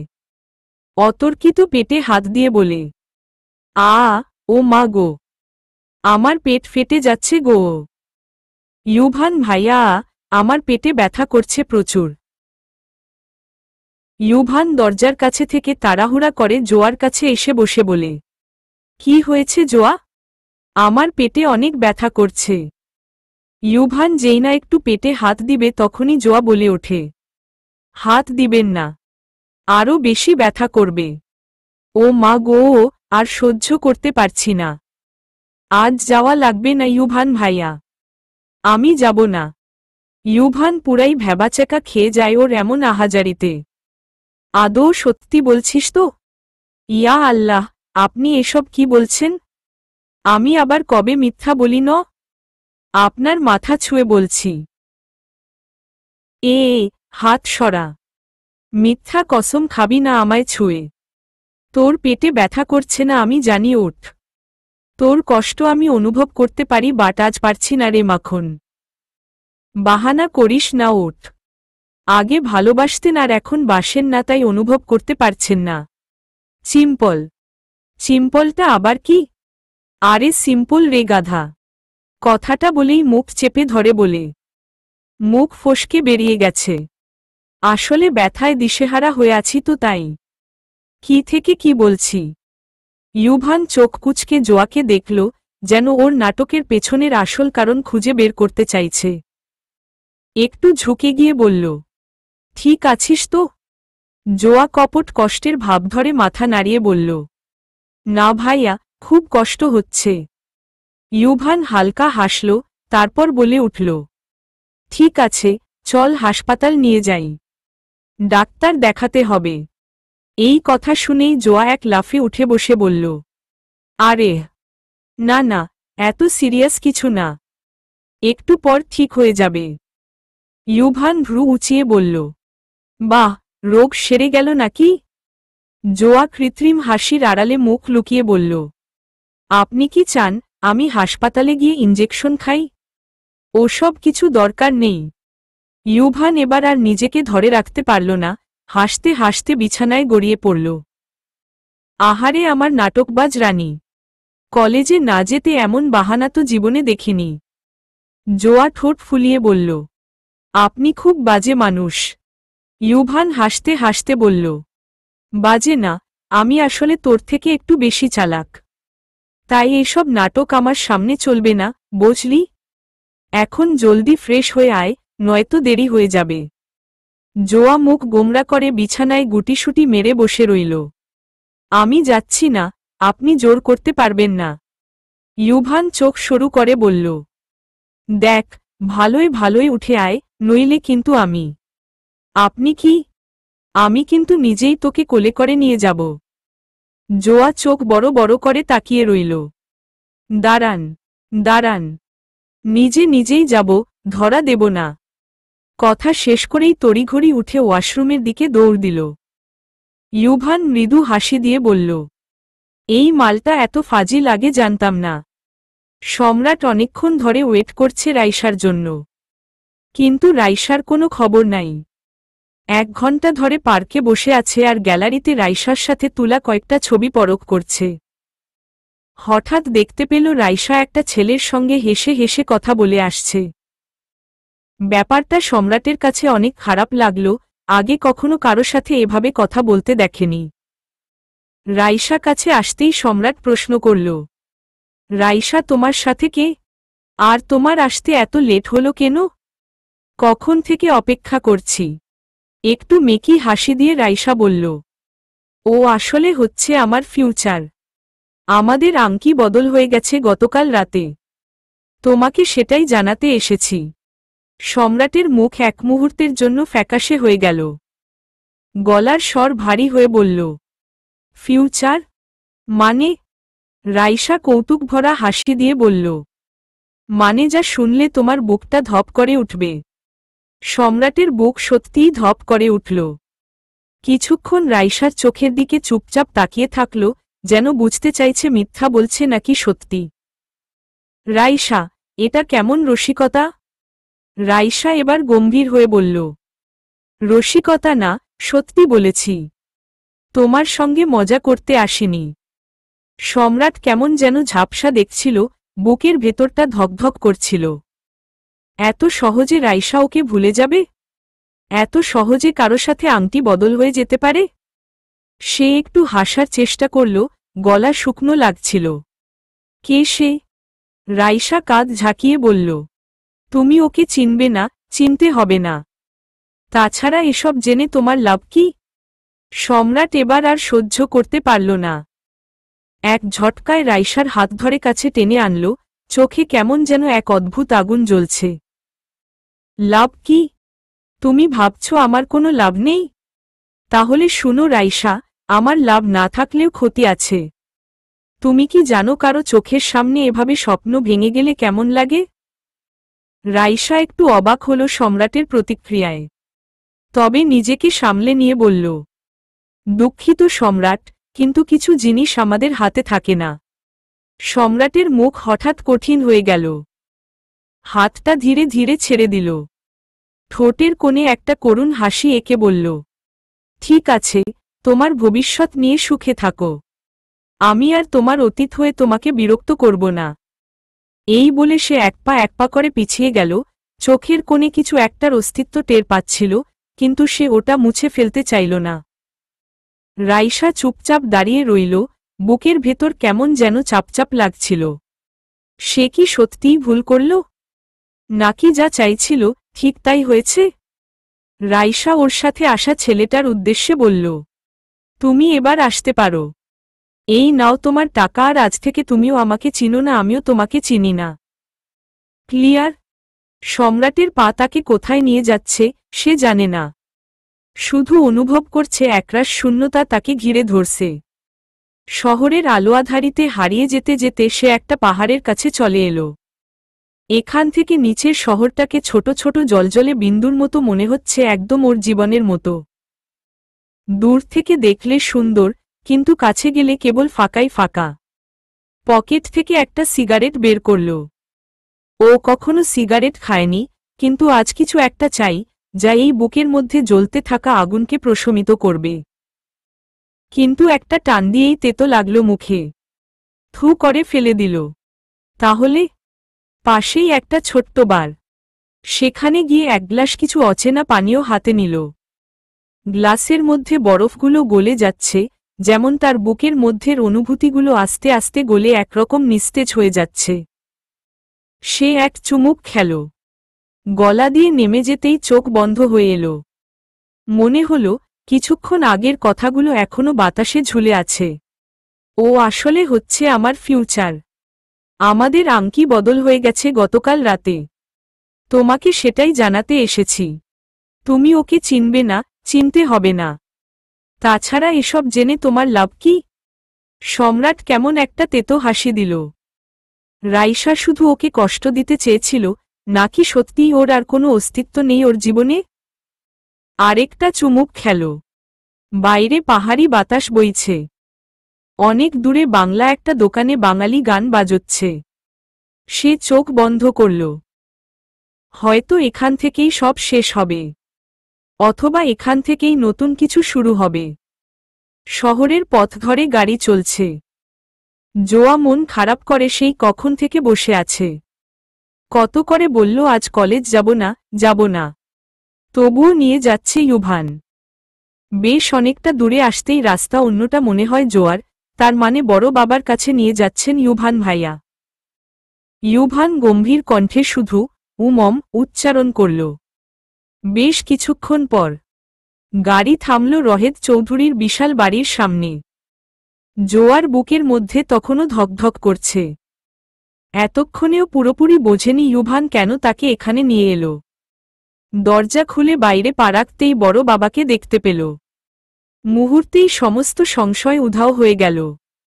বড় বাবা! চোখে পানি জমে উঠল জোয়ার। এক দৌড়ে গিয়ে জড়িয়ে ধরল রহেদ চৌধুরীকে। যেন অনেক দিন পরে নিজের সবচেয়ে আপন মানুষটাকে ফিরে পেয়েছে। রহেদ চৌধুরী চমকে গেলেও নরম গলায় বললেন, কি হয়েছে মা? এমন করে কাঁদছিস কেন? জোয়া কোনো উত্তর দিল না, শুধু শক্ত করে ধরে রইল। পাশ থেকে ইউভানের গলা শোনা গেল, আচ্ছা জোয়া, আমি অফিসে চলে যাচ্ছি। সে এক ঝলক জোয়ার দিকে তাকিয়ে বলল, আমি সন্ধ্যার আগে এসে তোকে নিয়ে যাব জোয়া, অপেক্ষা করবি। জোয়া এক মুহূর্তের জন্য ইউভানের দিকে তাকিয়ে থাকল, তারপর মুখ ঘুরিয়ে নিল। দেখা যাক। তার গলার স্বর এতটাই ধীর ছিল যে সেটা ইউভান শুনতে পেল কি না কে জানে। এর কিছুক্ষণ পর জোয়া আবার ইউভানকে ডাক দিয়ে বলল, আচ্ছা শুনুন। কি? জোয়া দৌড়ে এসে ইউভানের সামনে দাঁড়াল, বলল, একটু আমার দিকে ঝুঁকুন প্লিজ। বলার সাথে সাথে ইউভান ঝুঁকল। পরে যা করল জোয়া ইউভান অবাকের শেষ প্রান্তে চলে গেল। ইউভান গম্ভীর কণ্ঠে বলল, এটা কি করলি? এভাবে হঠাৎ করে এত জুড়ে চুমু? জ্বর টর হয়নি তো আবার? নীলচে বিকেলের আলোয় রহেদ চৌধুরীর বাড়ির উঠোন যেন মুহূর্তের জন্য স্তব্ধ হয়ে গেল। ইউভানের বিস্মিত চোখে জোয়ার প্রতিবিম্ব ভাসছিল। এটা কি করলি? কণ্ঠের দৃঢ়তা ধরে রাখলেও ভেতরের চমকটা ঢাকতে পারল না ইউভান। জোয়া দুপাশে দোল খাওয়া চুলগুলো সরিয়ে নিঃশব্দে হাসল। তার চোখে এক ধরনের দুষ্টুমি, কিন্তু গলার স্বর গম্ভীর। আপনিই তো বললেন সন্ধ্যার আগে এসে নিয়ে যাবেন। আমি তো শুধু একটু আগেভাগে দাবি জানালাম। তাছাড়া আমার কথা রাখার জন্য প্রতিদান দিলাম। আপনি তো আমার জামাইই লাগেন। ইউভান চোখ সরিয়ে নিল, যেন নিজের প্রতিক্রিয়া লুকাতে চাইছে। কয়েক সেকেন্ড নীরব থাকার পর গভীর স্বরে বলল, জোয়া, তুই জানিস না তোর এসব কাজের কি ফল হতে পারে। পরে কিন্তু কাঁদতে হবে বলে দিলাম। হুমম। জানি না, জানতেও চাই না, কাঁধ ঝাঁকালো জোয়া। সন্ধ্যায় আপনাকে একটা কথা বলবো আমি। তারপর এক মুহূর্ত স্থির দাঁড়িয়ে থেকে ফিসফিস করে বলল, আপনি কি আসবেন তো? ইউভান কিছু বলল না, শুধু এক দৃষ্টিতে তাকিয়ে থাকল। সেই দৃষ্টির মধ্যে রাগ নেই, বিস্ময়ও নেই, ছিল কেবল এক গভীর অর্থ, যেটা হয়তো শুধু জোয়া বুঝতে পারল। রহেদ চৌধুরী বাড়ির ভেতরে চলে গেছেন ফিওরেলাকে জানানোর জন্য, আর জোয়া তখনও ঠোঁটের কোণে এক চিলতে হাসি ধরে রেখেছে। ইউভান এক পা পেছনে সরিয়ে গাঢ় কণ্ঠে বলল, সন্ধ্যার আগে আসব, জোয়া। তবে তার আগে তুই রেডি থাকিস। জোয়ার চোখে একরাশ রহস্য খেলে গেল, কিন্তু সে কোনো উত্তর দিল না। টালমাটাল অবস্থায় সম্রাট এসেছে রাইসার কাছে। রাইসা তখন নিজের রুমেই ছিল। হঠাৎ কোনো অচেনা পুরুষের ছোঁয়ায় রাইসা লাফিয়ে উঠল। দরজাটা খোলাই ছিল। এই নিয়ে 3 দিন এসেছে সম্রাট রাইসাদের বাসায়। রাইসা অবাক হয়ে বলল, সম্রাট তুমি নেশা করেছ?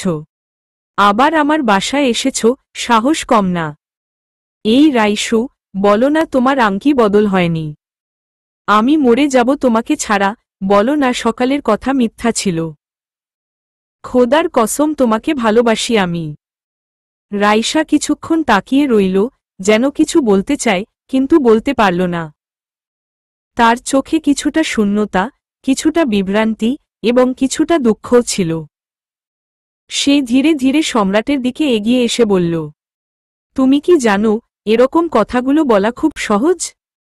তুমি তো জানো না আমি কি হারিয়েছি। তুমি যদি কিছু বুঝতে, তাহলে এমনটা কখনো করতে না। তুমি আমার মন নিয়ে খেলেছ সম্রাট। সম্রাট একটু রোখে উঠল, এটা কোনো খেলা নয় রাইসা। আমি জানি তুমি কষ্ট পেয়েছ। তার জন্য সরি। কিন্তু আমি তোকে কখনো ছাড়ব না। রাইসা তার চোখে একরাশ বিষণ্ণতা নিয়ে এক মুহূর্ত চুপ থাকল, তারপর বলল, তোমার এই কথাগুলো আমার জন্য কিছুই না সম্রাট। তুমি যদি সত্যি ভালোবাসো তাহলে কখনো আমার বাসায় এসে এসব করো না। সম্রাট কিছু সময় নীরব থেকে তার চোখের গহীনে উজ্জ্বল এক গভীরতা নিয়ে বলল, রাইসা, তুমি জানো না আমার জন্য তুমি পৃথিবী। এই কথাগুলো একে অপরের মাঝে স্থির হয়ে রইল, যেন সময় থেমে গেছে। সম্রাটের চোখ যায় ফলকাটার ছুরির দিকে। ছুরিটা হাতে নিয়ে অন্য হাতে টান দিতেই গলগল করে রক্ত পড়তে থাকে। রাইসা বিস্ময় হয়ে তাকিয়ে বলে, এসব কি সম? আমি তোমাকে ভালোবাসি। এই কয়দিন নাটক করেছিলাম। সরি, মাফ করো আমায়। এসব বলতে বলতে বেডে নিয়ে শুইয়ে দেয়। নেশ করেছে তার উপর এসব কাণ্ড, শরীর নিশ্চয়ই ফুটবল হয়ে গেছে। রাইসা সম্রাটের পাশে বসে তার আঙ্গুল দিয়ে তার কপালটা স্পর্শ করল। সম্রাট একটু কেঁপে উঠল, কিন্তু রাইসা কিছু না বলে তার হাত টেনে নিল। রাইসা জানত সম্রাটের মধ্যে কিছু একটা ভাঙন ঘটেছে, কিছু একটাই হারানোর দুঃখ, যা সে কখনোই পুরোপুরি প্রকাশ করতে পারে না। রাইসা ধীরে ধীরে বলল, তোমার কথা এখন আর বিশ্বাস হয় না সম্রাট। আমি তো সব কিছুই হারিয়ে ফেলেছি। তোমার ভালোবাসা না ভালোবাসা, সবই একটা নাটক, আমি জানি। সম্রাট তার চোখে এক গভীর অন্ধকার নিয়ে রাইসার দিকে তাকাল। তার কণ্ঠ একটু ঝাপসা হয়ে এলো। আমি জানি রাইসা, আমি জানি। তুমি আমাকে কখনো বিশ্বাস করতে পারবে না, কিন্তু আমি তোমাকে কখনো ছাড়ব না। আর একটাবার বিশ্বাস করে দেখো। রাইসা একটু বিরক্ত হয়ে মাথা নেড়ে বলল, তুমি যদি সত্যি আমায় ভালোবাসো, তবে আর কোনো নাটক, কোনো মিথ্যে কাহিনী করতে পারবে না। আমি চাই তুমি সত্যি হও, শুধু আমার জন্য। সম্রাট মাথা নিচু করে দীর্ঘ নিঃশ্বাস ফেলল। তারপর দাঁড়িয়ে রইল কিছুক্ষণ। তুমি জানো না রাইসা, আমার জন্য তোমার কি মানে। বলে বুঝাতেও পারবো না হয়তো আর কখনো। তবে রাইসা এবার কোনো সাড়াই দিল না। তার চোখে এক বিষণ্ণতা যেন ছড়িয়ে পড়ল। বিকেল ঘনিয়ে আসছিল, আর সেই অন্ধকারে যেন দুজনের সম্পর্কও অদৃশ্য হয়ে যাচ্ছিল। রাইসা জানত এই সম্পর্কের কোনো পরিণতি নেই, তবে সম্রাটের আকর্ষণ তাকে মাঝে মাঝে এক অদ্ভুত জায়গায় নিয়ে যায়। তবে রাইসা আর কোনোভাবে এই সম্পর্কের গভীরতায় যেতে চাইছিল না, কারণ তার বিশ্বাস আর ভরসা ভেঙে গেছে। সম্রাট ধীরে ধীরে রাইসার কাছ থেকে সরে দাঁড়িয়ে বলল, যদি সত্যিই আমাকে ছাড়তে চাও, তবে আমি চলে যাব রাইসা। কিন্তু জানো, তোমার ভালোবাসা আমি কখনো ভুলব না। রাইসা সোজা হয়ে উঠে দাঁড়িয়ে এক দীর্ঘ নিঃশ্বাস নিয়ে বলল, তুমি যদি চলে যাও, তাহলে অন্তত আমাকে মেরে যেও না সম। আমিও। সম্রাট দৃষ্টি আরেকবার রাইসার দিকে ফিরিয়ে কিছু না বলে বের হয়ে গেল, যেন তার হৃদয় এক অশান্ত ভাঙন হয়ে গেছে। রাইসা তার পেছনে তাকালো, কিন্তু কিছুই বলল না। আবার সময় থেমেছিল, আর রাইসা একাকী সেই অন্ধকারের মধ্যে হারিয়ে যাচ্ছিল। তার কিছুক্ষণ পর সম্রাট আবার আসলো, এসেই বলল, এই বাবুর মাও, আই লাভ ইউ রে। আর কোনোদিন ভুল বুঝতে দিব না। আই লাভ ইউ টু, বারেবাতার বর। আমিও ছাড়তে দিব না কোনোদিন। জোয়া সোফায় বসে বসে মুভি দেখছে। রহেদ আর ফিও তাদের ঘরেই আছেন। জোয়ার কেমন জানি লাগছে। হঠাৎ সমনে একটা রোমান্টিক সিন আসতেই জোয়া দুই দিকে ভালো করে দেখে নিল কেউ আছে কিনা। কিন্তু যেই না স্ক্রিনে তাকালো, ইউভানের ভামভাম গলার স্বর শোনা গেল। জোয়া জিহ্বায় কামড় দিয়ে মিনমিন করে বলল, ইয়া আল্লাহ, আসার আর সময় পেলেন না উনি। কি শরম, কি শরম, ছি ছি রে ননি, ছি। তুই এখনো মুভি দেখছিস জোয়া? তুই জানিস না আমি এগুলো পছন্দ করি না। জোয়া ভ্রু তোলা চোখে ইউভানের দিকে তাকালো, কিন্তু তার কথায় কোনো প্রতিক্রিয়া দেয়ার আগে ইউভান ধীরে ধীরে আরও কাছে এগিয়ে এসে বলল, এত সব সময় নষ্ট করছিস, আবার সিনেমার ভেতর ডুবে আছিস। তোর আর কিছু নেই? জোয়া একটু হেসে বলল, আর কিছু নেই তো। আপনি যদি না এসে আমাকে বিরক্ত করেন, হয়তো আমি আরও মজা পেতাম। ইউভান একটু বিরক্ত হয়ে বলল, তুমি জানো না এই মুভি তোমার সৃষ্টিশীলতাকে নষ্ট করে। এত সময় নষ্ট করার জায়গায় কিছু ভালো কাজ করতে পারো কি না? পড়াশোনা চাঙ্গে তুলেছ মনে নেই? জোয়া মুচকি হেসে বলল, আপনি কত সুন্দর আমার সুন্দর মুহূর্তটা নষ্ট করে দিলেন। কিন্তু আমি কিছু বলি না। ইউভান তার দৃষ্টি সরিয়ে নিল, তারপর শীতল কণ্ঠে বলল, তুমি জানো আমি কখনোই এসব পছন্দ করি না জোয়া। আরও দুইবার ওয়ার্নিং দিয়েছিলাম।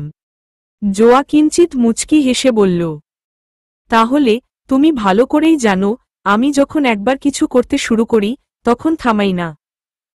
এবার ইউভান আর কিছু বলল না, শুধু বলল, কি জানি বলতে চেয়েছিলি? বলবো না। কেন? কারণ আই লাভ ইউ। ভেবেছিলাম তুই আমায় ভালোবাসিস, কিন্তু জানতাম না যে আমি তোর এত অপ্রিয়। ভালোবাসার বদলে লাভ করিস আমায়। জোয়া ড্যাবড্যাব চোখে তাকিয়ে আছে, কি বলবে বুঝতে পারছে না। ইউভান জোয়ার পাশে এসে বসল। জোয়াকে বুকের সাথে মিশিয়ে একটা দীর্ঘশ্বাস ছাড়ল। জোয়ার সাথে সাথে বলে ওঠে, আমি আপনাকে ভালোবাসি গো জামাই। ইউভান হাসতে হাসতে জোয়ার মুখের দিকে তাকালো, তারপর নরম কণ্ঠে বলল, আচ্ছা, এখন ভালোবাসা কি তবে আমাদের মধ্যেও ঢুকল? জোয়া একটু অপ্রস্তুত হয়ে গম্ভীরভাবে মাথা নিচু করে বলল, হ্যাঁ, আপনি না জানলে কি হয়। আমি ভালোবাসি আপনাকে জামাই। ইউভান মৃদু হাসি হেসে তার মুখটা কাছে নিয়ে এসে বলল, তুমি জানো আমি সবসময় তোমার ভালোবাসায় একটু গোপন বড্ড খোঁজ রাখি। তবে জামাই বলতে আমি একটু বিস্মিত হলাম। ইউভানের মুখে তুমি শব্দ কেমন জানি লাগে। জোয়া একটু লাজুকভাবে মুখে হাসি এনে বলল, আপনি যদি ভালোবাসেন তাহলে জামাই ডাকাতে অসুবিধা কোথায়? ইউভান তাকে আরও কাছে টেনে নিয়ে বলল, তাহলে মেনে নিলাম আমি তোমার কাছে সব কিছু। এরপর দুজনেই একে অপরের চোখে সেই গভীর ভালোবাসার আবেগ নিয়ে তাকালো, যেন পুরো পৃথিবী তাদের চারপাশে থেমে গেছে। ইউভান নাক ঘষতে ঘষতে বলল, চল বাহিরে ঘুরে আসি। হাত ধর। জোয়া হাত না ধরে ইউভানের গালে একটা মায়া দিল। এমন একটা কিউট জামাই থাকলে শুধু মাই করতে ইচ্ছে করবে। জোয়া পরে হাত ধরল। গাড়িতে গিয়ে ওঠে বসল দুজনে। ইউভান জোয়ার দিকে তাকিয়ে একটা মুচকি হেসে কাছে ডাকল, মাখন প্লিজ কাম। জোয়াও গেল। ইউভান যত্ন সহকারে ললাটে চুমু খেয়ে বলল, আমিও তোকে খুব ভালোবাসি। আজীবন বাসব। ছেড়ে যাস না তুই আমাকে। জোয়া গুনগুন সুরে বলল, তোমার চোখে যে স্বপ্নের মেলা, আমার হৃদয়ে তারই সুরেলা। হাত ধরে চলে একে একে। ভালোবাসার পথ যেন ভোরের রোদে। সমাপ্ত।